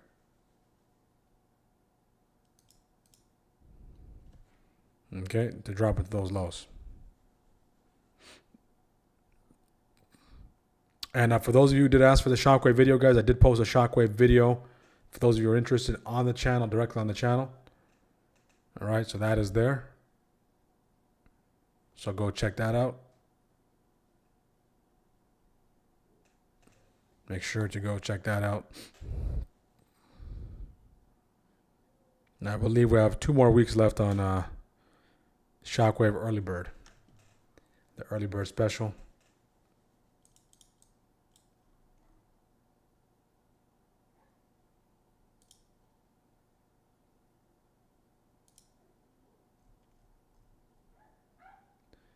Okay. Yeah, what is your the Discord that you created? Rich? I'll definitely check it out.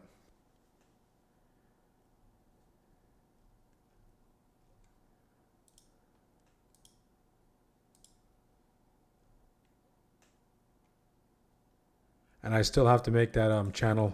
We talked about it a few weeks back. There's a lot of small business owners in our. Of course, we love to trade. We love to take advantage of the opportunities and attack these markets from a team perspective, helping one another, right? But again, if you're in our community, you do have a business, a local business in your area. You never know. There might be someone in our community that is in your community. All right. So I will create that small business channel for you guys to exchange information.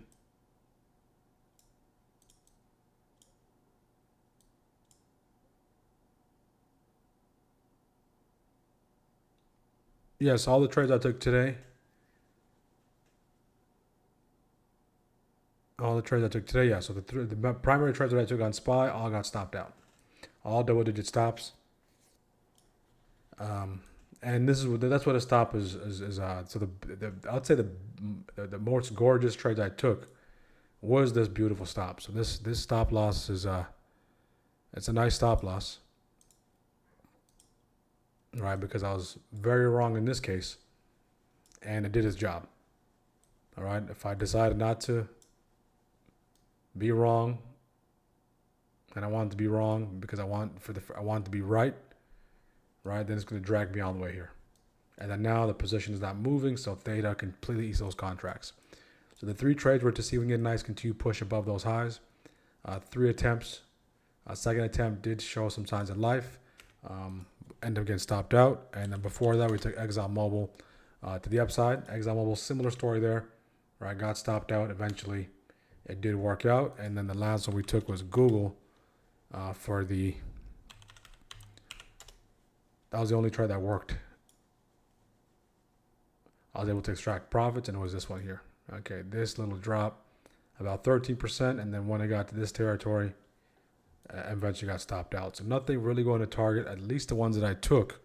But IWM, when we were talking about IWM, that went. So a lot of my IWM traders had a field day on IW. Okay, even that retest came to fruition. That TP2 was there. Apple, a lot of our traders jumped on Apple right away. Tremendous job on you guys. Went all the way to scale out. I was actually looking for Apple here. I was actually looking for Apple to go back the upside. But lo and behold, we get that. We get this. All right, ceasefire expires Wednesday evening, Washington time. Highly unlikely to extend ceasefire. SPY drops, Apple drops. So that was off the table. Okay, so those are the trades for today. So the adjustment I'm looking to make tomorrow is just be a little quicker on the TP. Okay, be a little quicker on the TP. And we'll be good with that. As far as the trades, I do like the trades that I took. I do like the way I was able to manage the risk.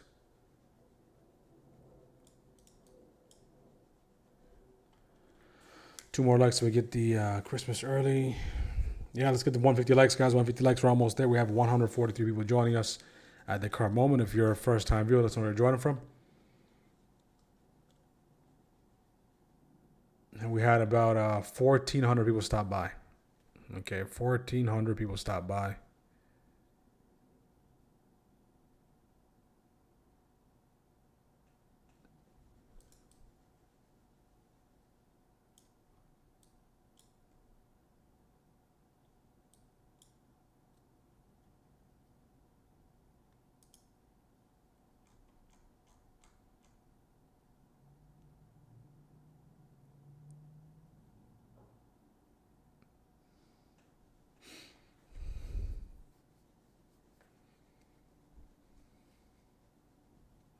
We're just hugging that VWAP. If you look on the 5, SPY is hugging that VWAP. The Qs are headed towards VWAP. Okay, hugging it from a distance. The Dow is hugging VWAP. The only thing above VWAP is small caps, IWM. All right, so flat market, no real catalyst, no real reason for the market to move. We did have a tight range last shift.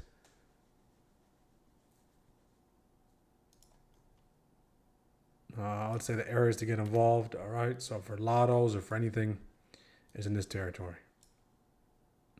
Okay, traps. Trap the buyers, trap the sellers there, push back up, trap buyers up there, push back lower.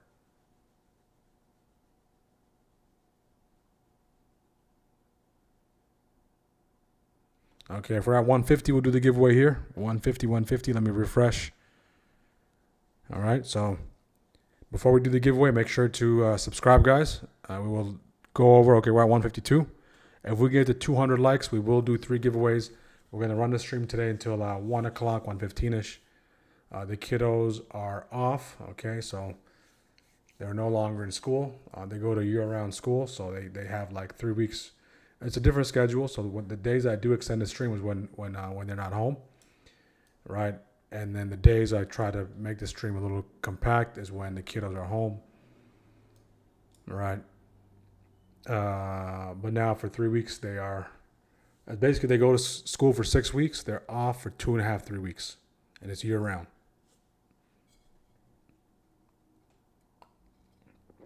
It's year-round schooling.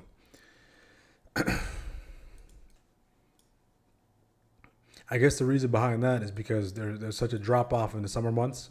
I mean, most of us probably grew up where you're off for 2-3 months and everything you learned just gets wiped out. Okay, because summer, I mean, we're just having a good time during the summer months as kids just running around.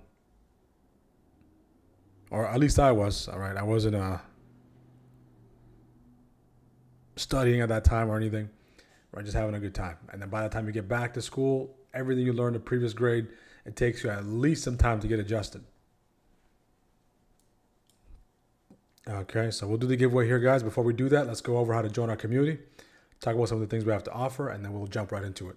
So first things first, someone did ask me for the Terrific 12. What's the Terrific 12? That's the most important names from my perspective in the stock market. The 12 most important names. Our list changes. So again, you can have your own list. You don't need to necessarily have to wait for someone to make a list for you. Again, you have access to the market data directly on our site. You have access to SPY, the latest news headlines, and of course, this nice heat map to give you a little bit of context, and my watch list here as well. So this is just a light framework of the watches I like to use. First things first is the index ETFs. We have SPY, QQQ, DIA, IWM, GLD, SLV, USO, IBIT, and the MAGs. Terrific 12 is here, the following: NVIDIA, Alphabet, Apple, Amazon, Meta, Tesla, Walmart, Lilly, JPM, Palantir, ExxonMobil, Broadcom. These are the 12 most important names in the market. And of course, we have the 11 sectors. These 11 sectors, guys, the quicker you can understand what these sectors are, and the quicker you can memorize the top 5 names, okay, the quicker you can get at capitalizing off those opportunities, and the more up to speed you'll be when I'm calling out these different rotations, when I'm calling out the different things playing out, because it has to do with a lot of these sectors. All right, so that would be a great homework assignment for you to go into all these 11 sectors and know what the top 5 names are. All right. And it doesn't take a lot of memorization. If you do this every day, it will come second nature. It's just about the reps. So now you can play the sector rotation. You'll have an idea of how the dynamic between the sector plays out. All right. So that's a very undervalued skill. That market awareness, that market IQ comes. When I say market IQ, I'm talking about this. Okay, so you can start to find those ideas based on the sectors. You can get a feel for what's going on. Okay, based on those sectors, based on those names and those sectors. All right, so those are the names. If you're interested in joining our Discord, again, you go to the community tab, SPY Strikers Discord, 1 hour, 1 ticker, 1 consistent result. But you get access to all these features here. So our full access to Discord, live trading with screen share, ad-free, delay-free, plus our pre-market prep live stream at 9 a.m. The extended live coverage to the close, high win rate trade ideas, real-time options flow, AI-based trade ideas and alerts sent to you automatically, options trading beginners course, 2,500 plus hours. That hours, the videos is growing. Okay, the amount of video content you have is growing because there's not a lot of people offering live trading SPY consistently every single day. So it's gonna be hard to keep up, right? So we have all that stuff, 2,000 plus hours, plus our SAT ebook, the algo ebook, the foundations of how to draw levels and key zones and define inefficiencies, 24/7 stock market newsfeed, especially in conditions like this. This is very critical. All right, before CNBC talked about it, it came into our newsfeed here. So again, it's very important that we stay not ahead, but we stay with what's going on. We don't want to stay behind. All the news channels, they're basically lagging indicators. Automated technicals, and of course my watch list, day trade, swing trade ideas, a serious supportive community. And that's the coolest thing I would say, guys. Above and beyond all this is the kind of community we're cultivating and expanding tools and resources. So I'm looking to add at least every quarter 1 or 2 new resources into the Discord. Okay, if you want to join, use the code April. Okay, $69 a month. The code April saves you 15% of your first month. If you're on the yearly, take advantage of the yearly. All right, if you're on the yearly, take advantage of the yearly. For the strikers, for those ones who do want to take advantage of the yearly, right? I do have a special pricing for the yearly. All right, so just send me a message. I'll send you you can just say me, and I'll send you the DM. Use the code April. This is an absolute steal. We're just opening up 20 spots per month. So May we'll do 15 spots. Okay, because now we're at that number that we like to be, and then we want to just work with the people that are really dedicated and want to really focus on learning and being in our community. Okay, so those are the ways to join the community. And of course, Shockwave is available. All right, Shockwave 15, the indicator. You guys, that really helps you have a structured plan and have clear levels with built-in risk guidance, and of course the entry signal and the engine that tells you when to enter, when to not. That indicator is also available, guys. 2 more weeks left on the Shockwave Pro. All right, 2 more weeks in early bird. Once that's up, guys, it's going to go to 826, and even 826 is an absolute steal. So you can get all those things directly on our site. All those things are directly on our site. Okay, and that's where you want to get it. Okay, so again, if you want to join, if you want to get Shockwave, if you want to book a coaching call, for those of you who did upgrade to yearly, guys, I do have your emails. You do have a coaching call available to you anytime you need it. Just give me about a few days notice. All right, just reach out to me. I'll send you my calendar, and then we will schedule that coaching call. Okay, so we'll schedule that coaching call. SPY is back above VWAP. The only thing above VWAP is SPY and IW. Again, the big danger here is, of course, peekaboo above VWAP. Do we get that peekaboo type of scenario?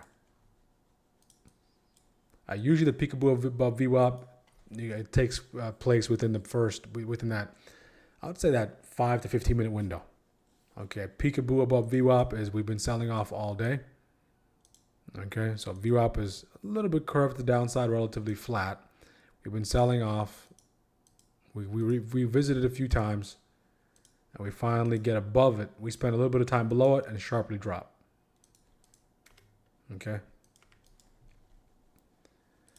Let's see if the Qs can join the party. Okay, SPY starting to wake up here. That's actually Google.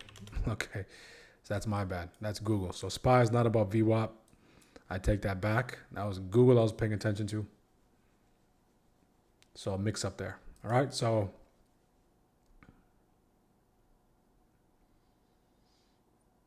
the catalyst is ceasefire ends Wednesday with no extension in sight, and U.S. at the month prolonged impact.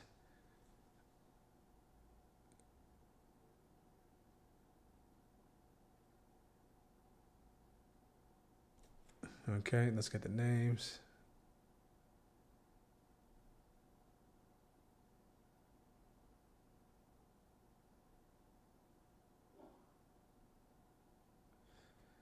Okay, props. Collective. Prop firm? Is that prop firm?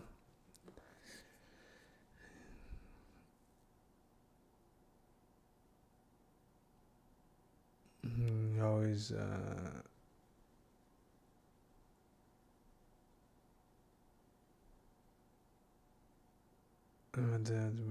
Okay. All right, so put your names in the chat, guys. We'll do the giveaway. We'll start off with the strikers first. If we get to 200 by 1 o'clock, we'll do another one. All right, we will do another giveaway. If we get to 200, we have one giveaway scheduled. Of course, the big thing here is we're still trading below that VWAP, hugging that VWAP. All right. Price just is in love with the VWAP. See if they can separate. We have that nice little trend line under VWAP. All right. Even the breaks, unless it gets some kind of closure at the break levels, right? You can't get a lot of fake outs, so just be on the lookout for that. So it just looks like to me the market is waiting for the next headline. All right. It's open to be open. It's really close to that daily open. All right. It's going to do what it needs to do and just wait for that next headline and try to price things in. It looks like it's just buying time until then.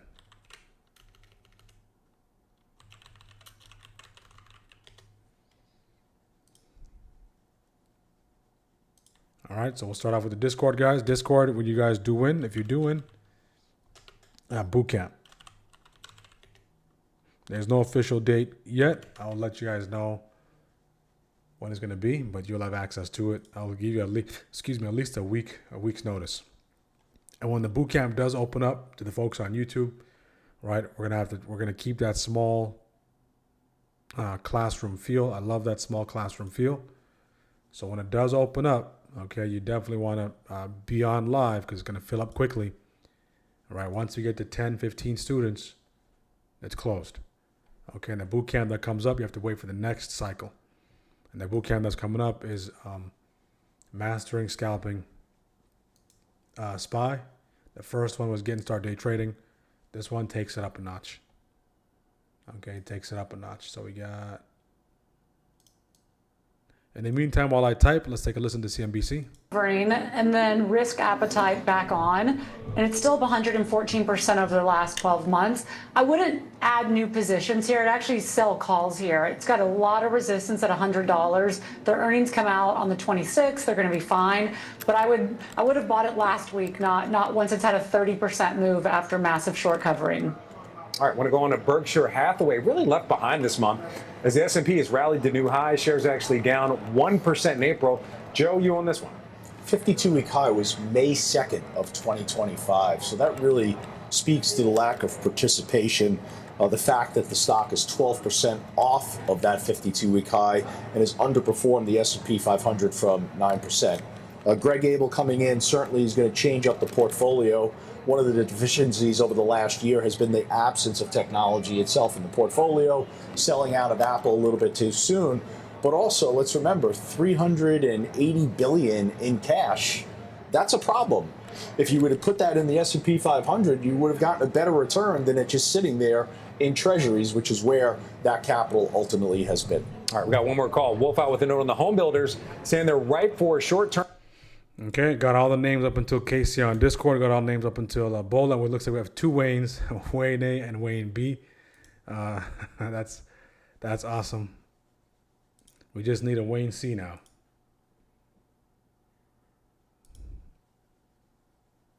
Okay, I'll collect some names on Discord, on YouTube now, some of the names. Okay, I didn't take any note of any of the names, so you can start putting your names now. All right, so there's some names, there's not some names, there's some space between the names, and there's a couple of chats there. So I don't have any of the YouTube names, so make sure to start putting your names now so I don't have to scroll all the way back up.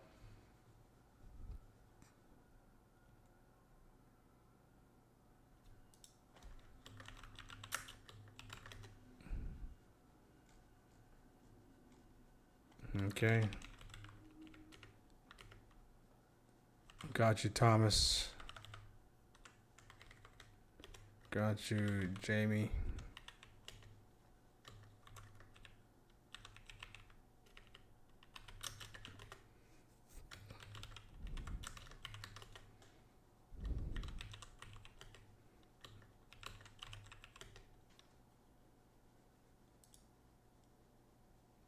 Okay, keep putting your names in. We'll do the giveaway at 1 o'clock. We'll do it at 1 o'clock. Okay, we got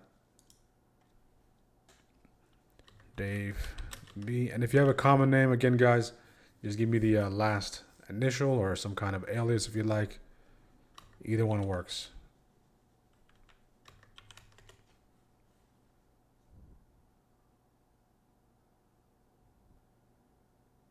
No, it's not the same boot camp, Elion. This is going to be the this boot camp here. All right, so when you go to courses, all right, this boot camp, this one, this is the original one. All right, the original boot camp is the getting started. The one coming up is the live mastering SPY scalping boot camp. Okay, so that's going to be this one. So I'll go over all of my techniques, all my strategies for scalping SPY, synchronized selling, synchronized buying. A lot of the stuff that I do is unique to my style. So I'll be revealing that in detail and depth and giving you a framework and some things you can take away and add to your game to make you a better scalper.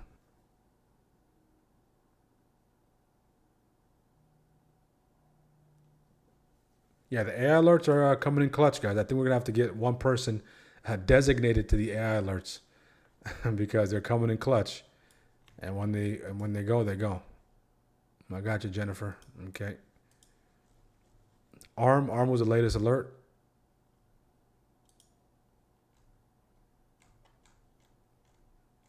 So if you paid for that service itself, okay, you can get it through Trady Ticks, right? That within itself will cost you probably $60, 60, 70 bucks.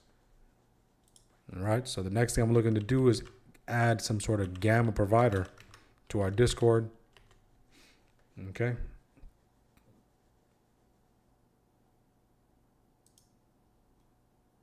I left off at Janash. I got Robert. I got Joe T. You got Charles.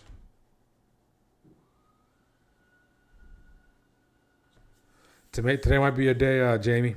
All right, my side bet will be on Jamie today. All right, so full disclosure, my side bet has not won yet. Okay, so it might be somewhat of a curse, but hopefully you win. All right, so we'll do it in 7 minutes, guys. 200 likes, we can do 2. Another thing here that's too clean. Our main thing is we don't want to force those trades. All right, so we don't want to force those trades. Yes, we're 33 likes away. 33 likes away.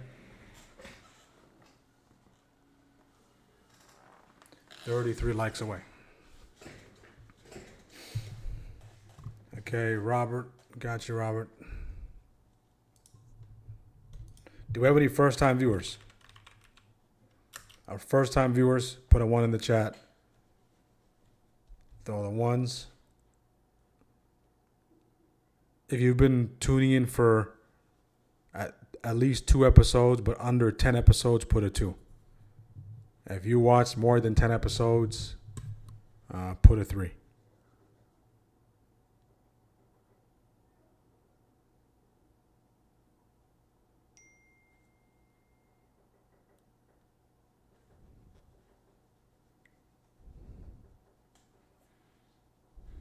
Welcome, Mighty Sparrow. Welcome, welcome, welcome.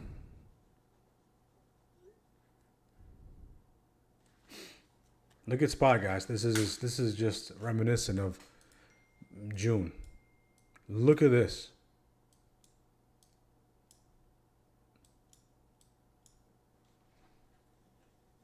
Welcome, Anthony G. We got Vince Lamb. Welcome, welcome, first-time viewers. Welcome back, Thomas. So I got all the names up until David A on Discord. And in Google Meets, I got all the names. So we got first-time viewers on Google Meets as well. But you guys probably seen the stream.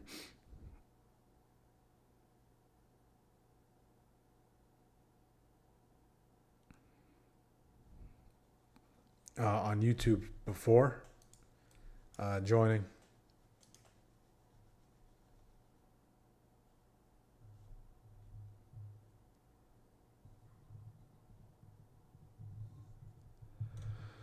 Okay. Look at SPY, guys. This is looking like if you trade ES or NQ during Sydney session, this is what it looks like. Do we have any ES, NQ traders that trade at the open? Sydney Open, this is what it looks like.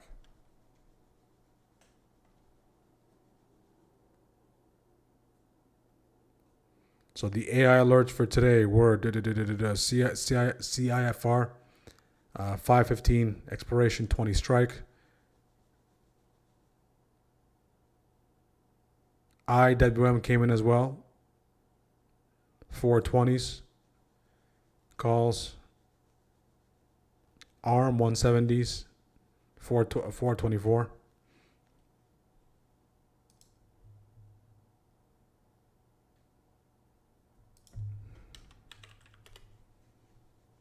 Yeah, Meta's starting to sell off here.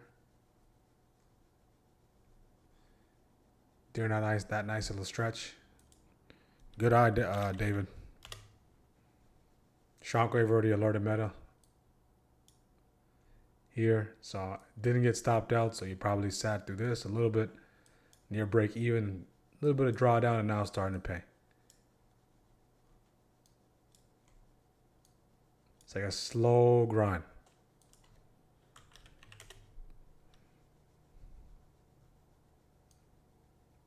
Slow grind. 3 minutes away from the giveaway. 3 minutes away from the giveaway. 2, welcome back. Sherry.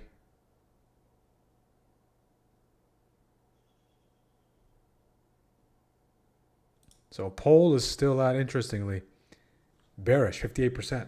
Okay, 58% we're leaning bearish. So the poll is spot on.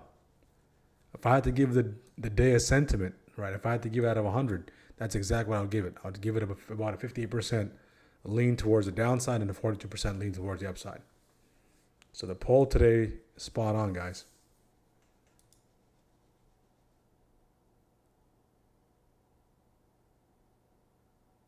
Friday noonish, welcome. As far as the signups, we do have, I believe, 10 more spots. All it's going to take to bring the market down is one negative comment from Trump or any strikes. The halt to shifts to the straight is going to take a long time to normalize. Yeah, so the thing is, the market already made the move. So, I mean, I already made the move. It's just in the middle of a war, we're at all-time highs. Okay, so we just took a 1 day break of no all-time highs. All right, so bulls didn't show up. They retired for a day. See if they come back tomorrow because of an inside day. If we stay inside on today, that daily candle on SPY will be inside. I mean, it's just a harami or a one candle strat terminology, consolidation structure terminology. Okay, then coming to tomorrow, we had a break of those highs. We can possibly see a run up into this territory for ATH. We break with those lows, we get that continued push, possibly into that 50 MA. This 50 MA looks very, very appealing because we have not tested the 50 MA on the hourly since this here. All right, so the next healthy pullback intraday is going to be that 50 MA paired with some kind of key zone. Okay, key zone.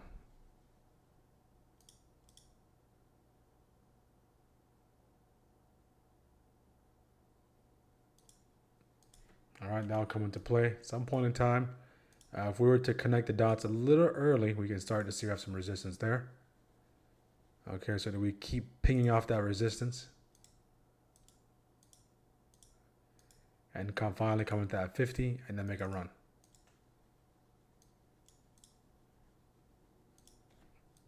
Because we have not taken a breather. We have not taken a breather in the last 4 or 5 days. It's just been a direct line up.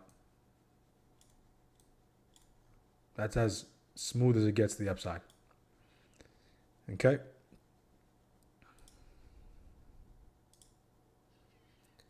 That's as smooth as it gets. Okay, let's do the giveaway here, guys. Giveaway time. We do have, let me see how many likes. We did hit 4,800 subs. Massive, massive milestone. All right, so we're less than 200 subs away and hitting the goal of 5K. So this week, let's see if we can close it on 4,900.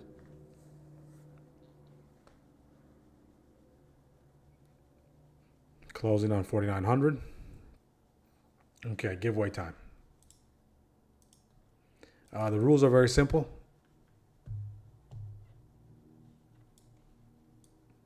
Rules are very simple. If you want to be eligible to win, okay, names in the chat. I already collected the majority of the names. All you need to do then, when you do win, in the case you do win, is send me a DM in the WAP.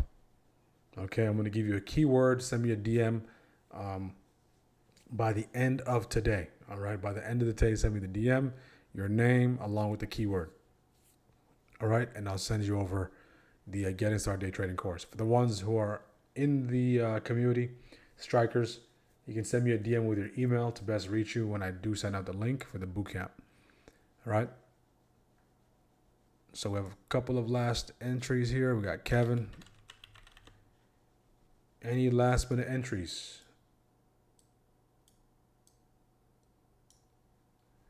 Any side bets?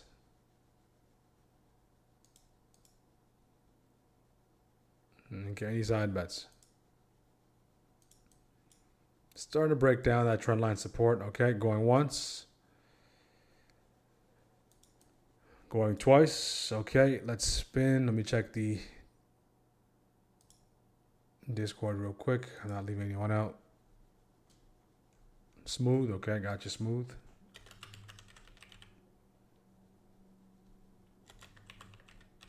Got you, Troy.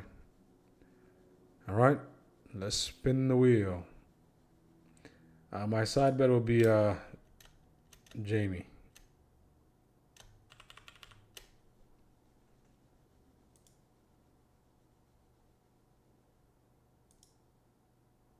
You can't win twice. I mean, there's nothing else for me to give. Okay, let's spin, spin, spin, spin, spin, spin. Wayne A or Wayne B goes to Wayne A. Oh, well, Wayne B, I should say. Wayne B is the winner. Wayne B is the winner. Neck and neck between Wayne A and Wayne B. All right, Wayne B, send me a DM in the Discord. Okay. Send me a DM in there with your email, the best email to reach you. Once the bootcamp is available, okay, I will send you the link to join. All right, and of course that's for free. All right. So let me take off Wayne B. If we can get to 200 likes by next 15 minutes, we'll do another spin. Yeah, you can send it via WAP, whichever one works better. All right, just email. I won the giveaway.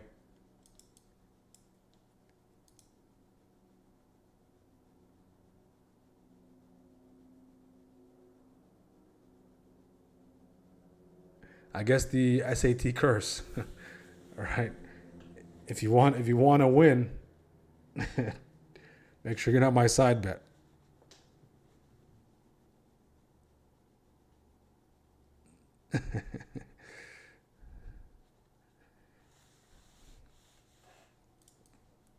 All right, so we have about 130 plus people still on live. We had 1,600 people on stop by. Again, guys, make sure to like the video.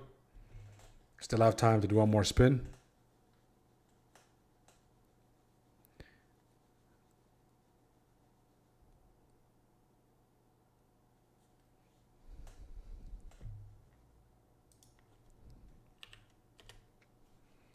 And if you're a first-time viewer, the best thing to do is join us tomorrow.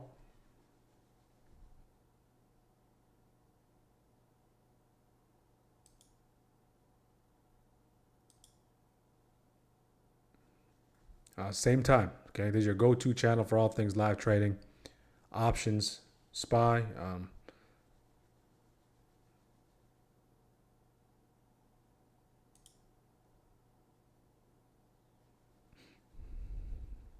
Where we live trade, break down charts, cover high-impact events, and talk trader mindset.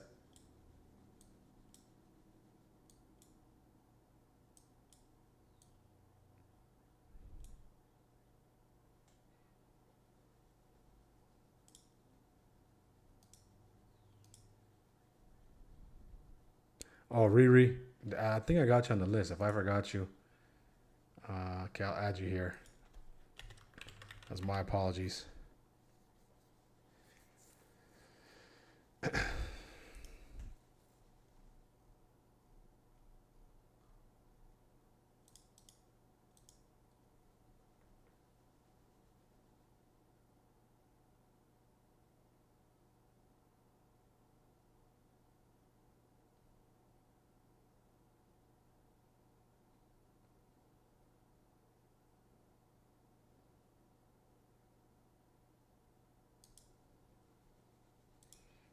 We got Riri. I got you, Riri.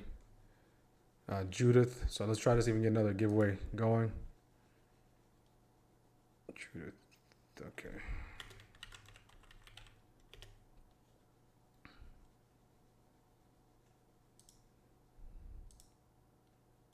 Update on the straight. Okay. Well, it's moving. So thankfully that cruise ship is, I believe it's at its destination now. So the only thing here is we got this nice little, tiny little vessel cargo. We have a cargo. It looks like this is the cargo ships. And this is for the ships that have their GPS on. Granted, there are ships that travel through the strait. Okay, at night, probably with their GPS off.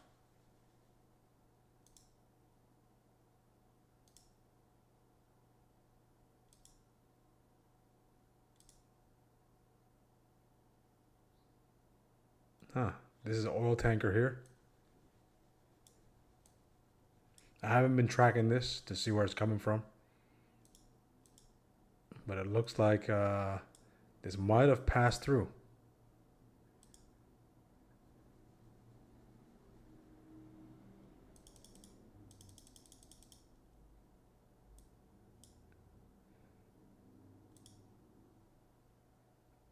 Okay, here we go. It says did pass through. Yeah, so this tanker here passed through.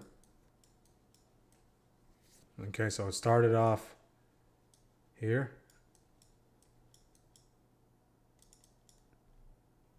Yep, so it did pass through.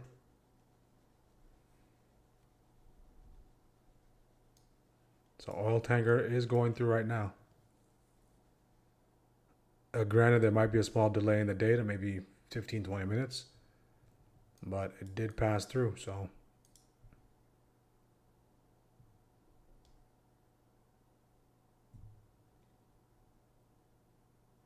Reported 1 minute ago.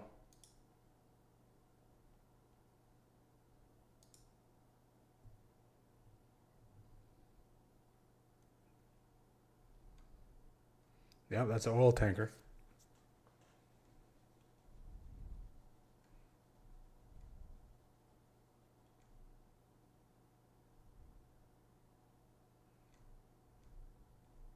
Yeah, so according to this, according to the GPS, okay, the eye in the sky. All right. Way to get a pass through there.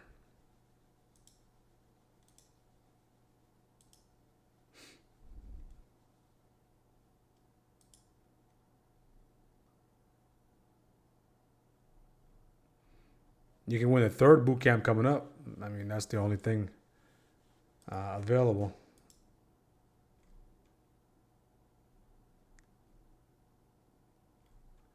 That's the only thing available. Rick.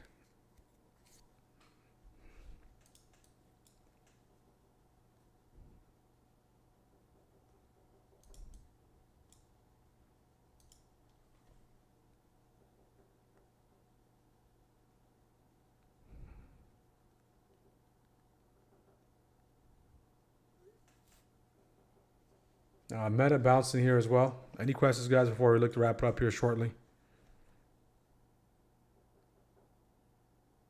We're getting close to 200. Getting close, almost there.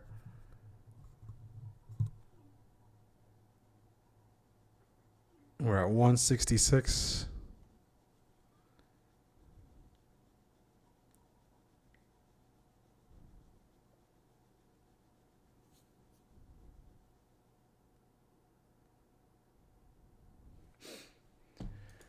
So we're just waiting for market is just waiting for headline. All right. Market is just waiting for some kind of headline here.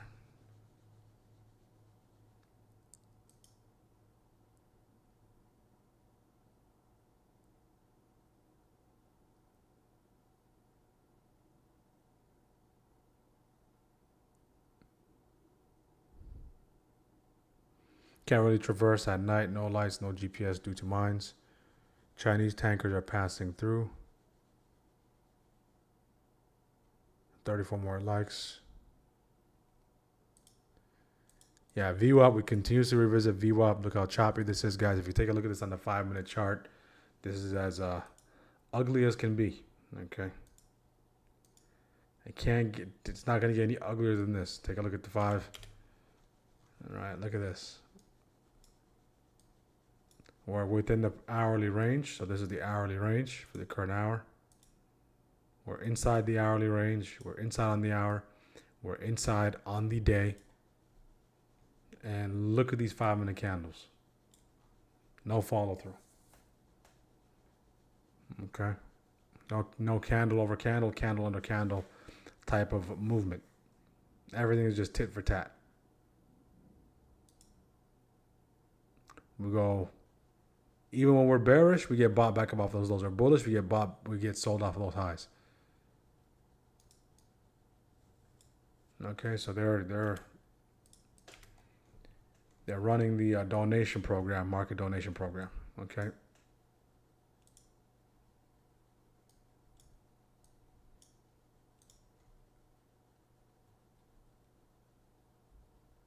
My view up configuration.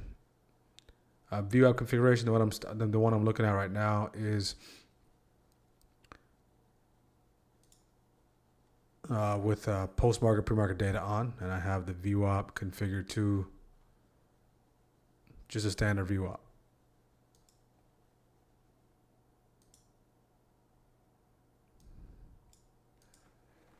So open, high, low, close. The default settings. The default settings of the view up is what I have.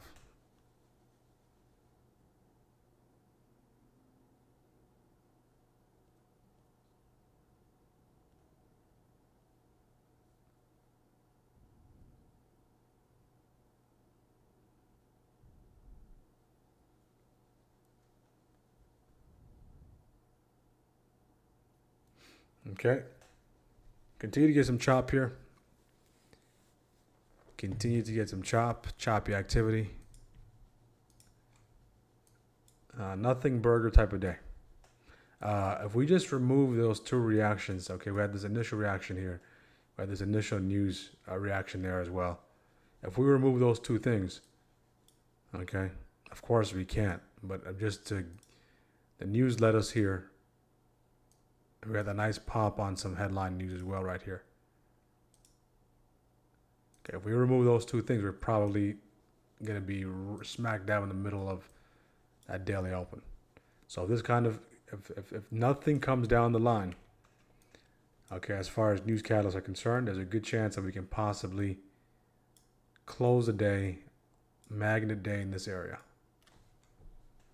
We get above, we get below, we get above, we get below. Those levels only tend the day back to where we started.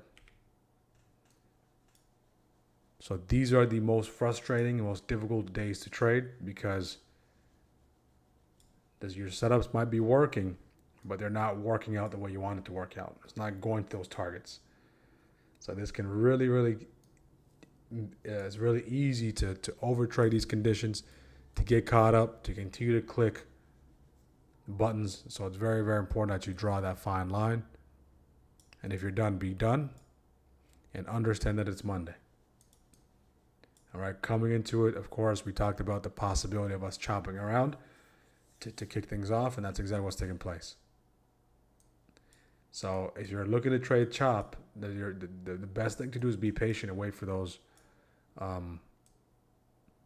extremes. So either mean reversions or expansions away from the center point towards a mean reversion.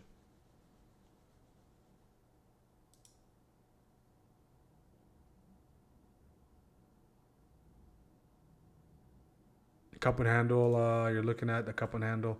Okay, I see it, Megan, right here. This being the cup and this kind of being the handle here. Yep, I can see that. Just a massive handle. Good eye.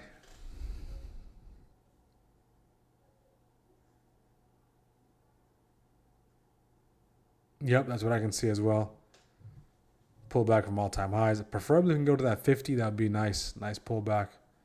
Chopping, making a nest here for massive move gap side. I can see, yeah, that also does make sense. The only reason why we gap down is because of us taking one of the Iranian ships over the weekend. Okay? Iran poked the bear, bear responded.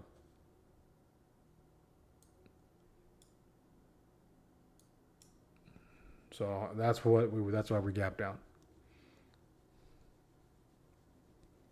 And it wasn't even really a big gap down.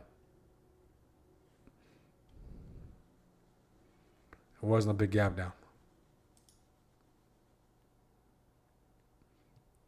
Red call, Mr. Green. Done for the day, not messing with chop. Absolutely, guys. All right, a few more minutes, about 13 more minutes, guys.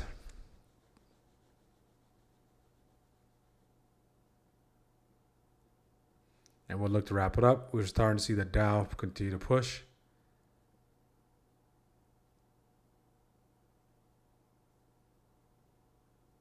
Yeah, it is tough to finish the day red, but we know that there's going to be opportunities the next day. Right? We don't want to, because the worst thing is you have a chance, you're red. Okay, you take your trades, you're red, and then after that, okay, walk away.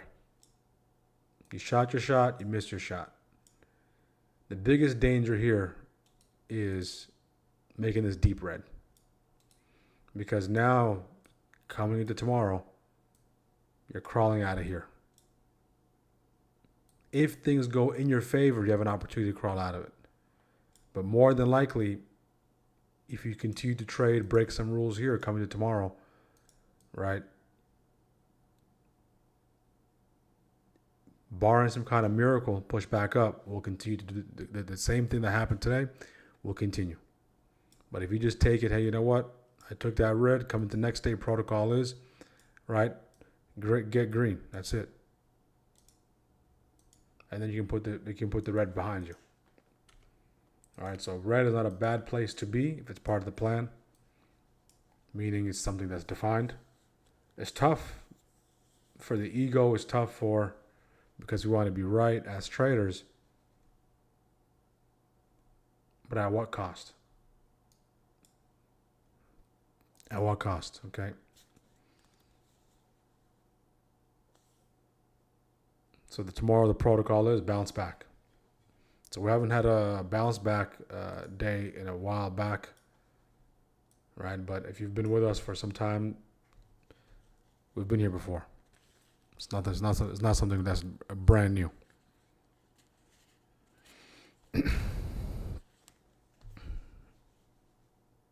Live to fight another day, exactly. Survive, survive, survive. Because the market wants you to be red and then it wants you to force those opportunities. So you can be behind the 8 ball going into tomorrow and you have this overwhelming amount of pressure to catch something tomorrow.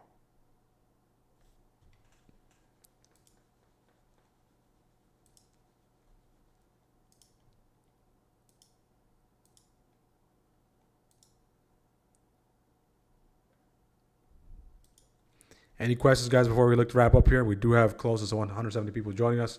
If you're tuning in for the first time, make sure to like, make sure to subscribe. Long-time viewers, take the next steps, jump in our community. There's a few spots left.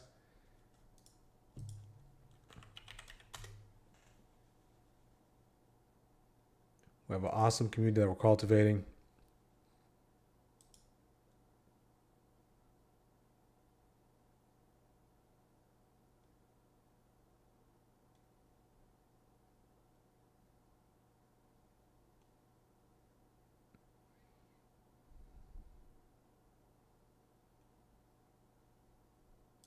Let me let you know how many spots there are left.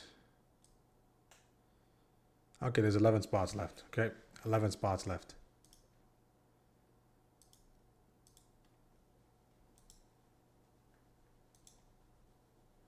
So we're back above VWAP. So let's see if it's a peekaboo above VWAP. Peekaboo above VWAP. However, it's a legitimate hold. The last time we got there, of course, we fell. Of course, we're past that shockwave hour. If we did have this all the way through, which is up to you, but outside the window, let's see how it performs. So will it give this as an idea? Okay, did not give that as an idea.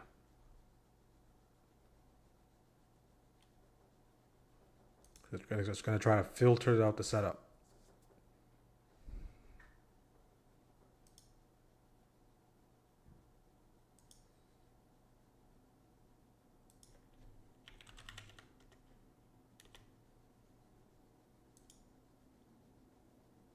Filter out the setup, bring the best one to you.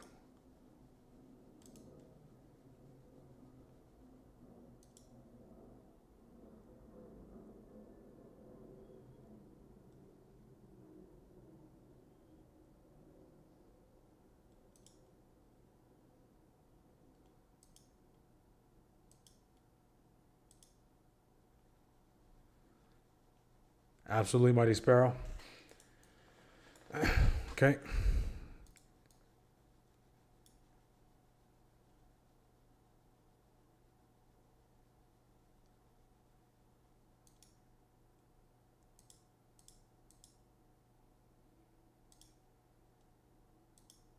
So for those of you who did get Shockwave, okay, I will get you access right after the stream if you got it recently. All right, I do need your username to give you access. It's an invite-only script, right? So I do need your username to get that access.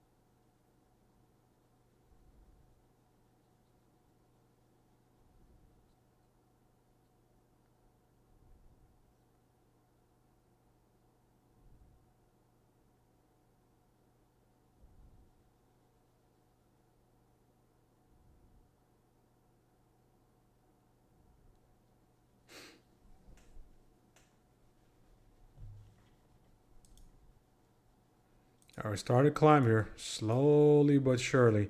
We're moving 51 cents per 5-minute candle.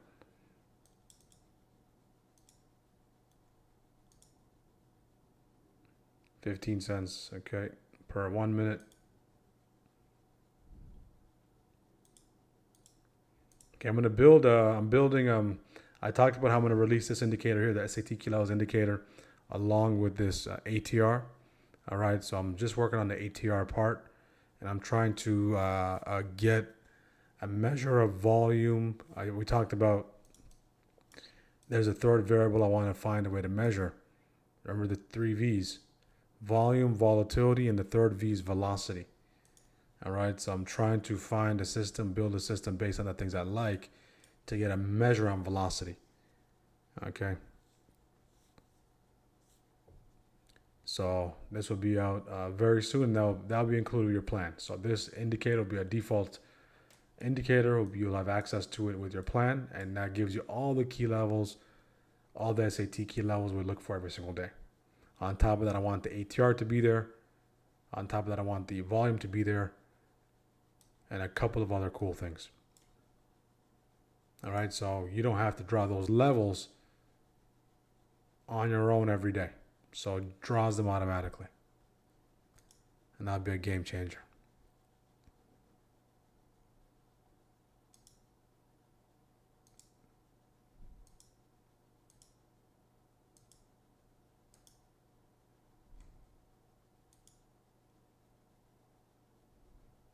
Okay, JPM starting to go. Slow grind higher on JPM, but it's getting it done.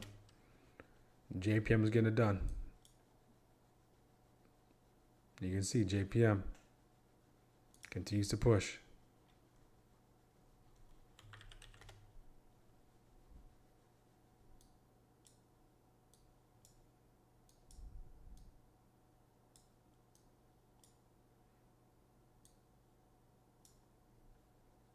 Yeah, that cup and handle played out beautifully. Megan, we're getting close to 170.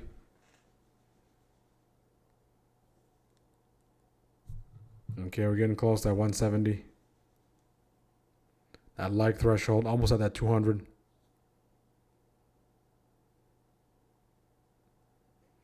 We have 4 minutes to get it done for another draw.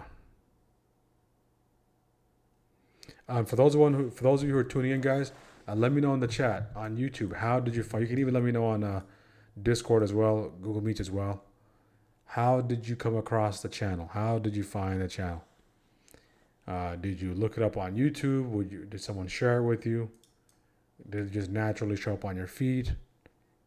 All right, because I have no ads for the channel, and I'm curious to know how this channel found you. And it's not for no reason.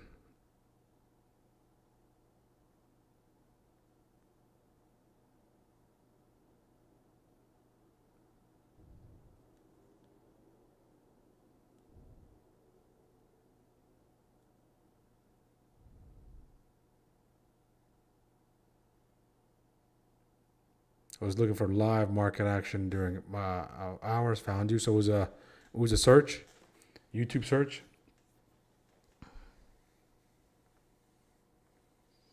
Okay, found showed up on my feed and clicked and found out more.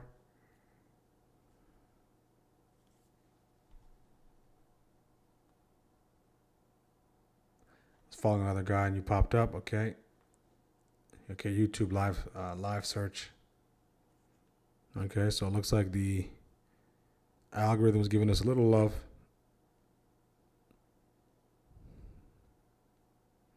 And it's all based on the things that you guys are doing. All right, so based on the things you guys are doing, based on you guys showing up, liking the content, that's what really pushes it. So it's viewer-driven growth.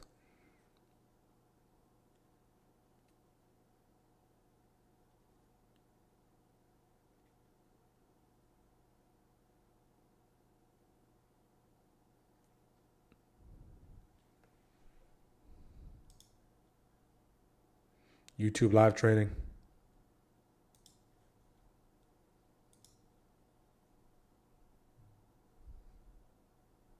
How to trade SPY, okay. The Lord's algorithm, 100%.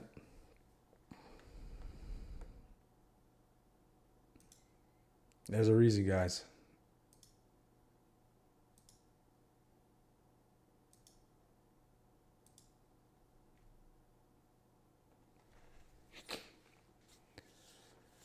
Okay, so nice rejection once again off the 706.24.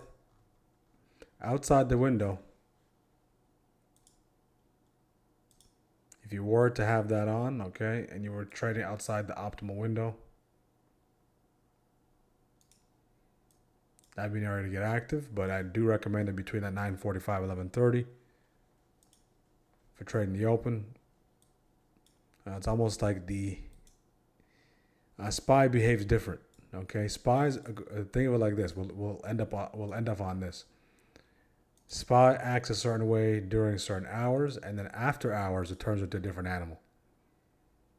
All right, so SPY during the day, okay.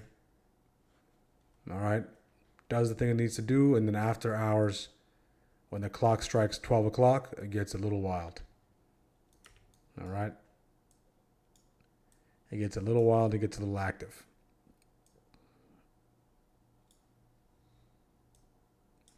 Nothing good happens after 12 o'clock.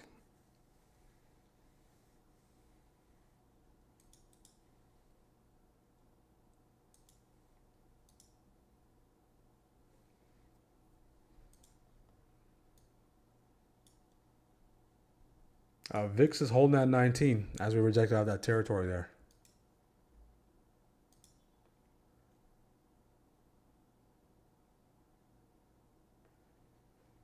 On that note, guys, we've come to the end of the stream today. Hopefully you guys found value. Today we took 5 trades, stopped out on a majority of those trades. One finally worked in our favor. That was Google. Going into tomorrow, the primary objective is to get back on the green side.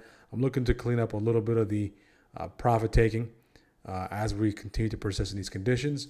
And that's going to be based on where we are tomorrow. If we open up directional, we have some kind of expansion, right? I can look for that continued acceleration. If we open up inside prior day's range, we're still inside on that weekly, then more than likely the best protocol is see profit, take profit.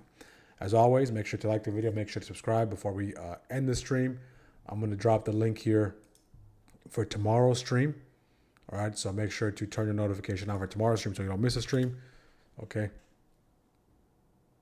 And go to that stream and get the likes up on that stream so tomorrow we don't have to get a lot of likes. All right, so we can get close as possible to that 150, 200 threshold.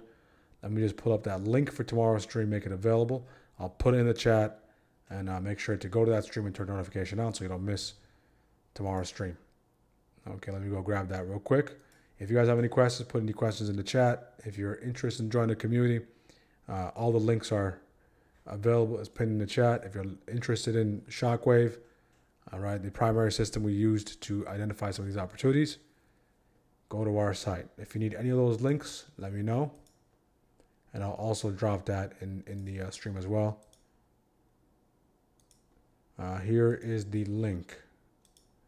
Okay, so this is the link to tomorrow's stream. So there's a link to tomorrow's stream.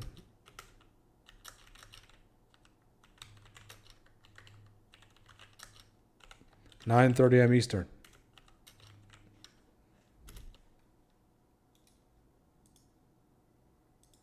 Okay, this is the link. All right, make sure to click that link. Make sure to like the video already. Turn notifications on. For no questions, guys, on YouTube, as always, thank you for tuning in. It's always a pleasure to navigate these markets. The market did gap down to open things up. We are very close to all-time highs. We do have news catalysts once again. We'll see where this shakes out. If I had to take some trades, we'll be in this territory here. I am done for the day. I'll just walk away and look for more opportunities tomorrow. If we do come into this territory there, that can provide a nice little sweep, bounce off territory, sweep, and if of course we come to that territory, we see some weakness, we can't get a rejection there as well. So outside of that, that's all we got for today. Hopefully you found value, guys. Make sure to like, subscribe. We'll see you guys tomorrow. Stay safe. If you're green, stay clean. If you're red, don't hang your head low. All right. If you're stuck to your rules and things that work in your favor, look to make a couple of adjustments. And then tomorrow you'll look to take advantage of the best opportunities. We'll see you guys tomorrow. Stay safe and God bless each one of you.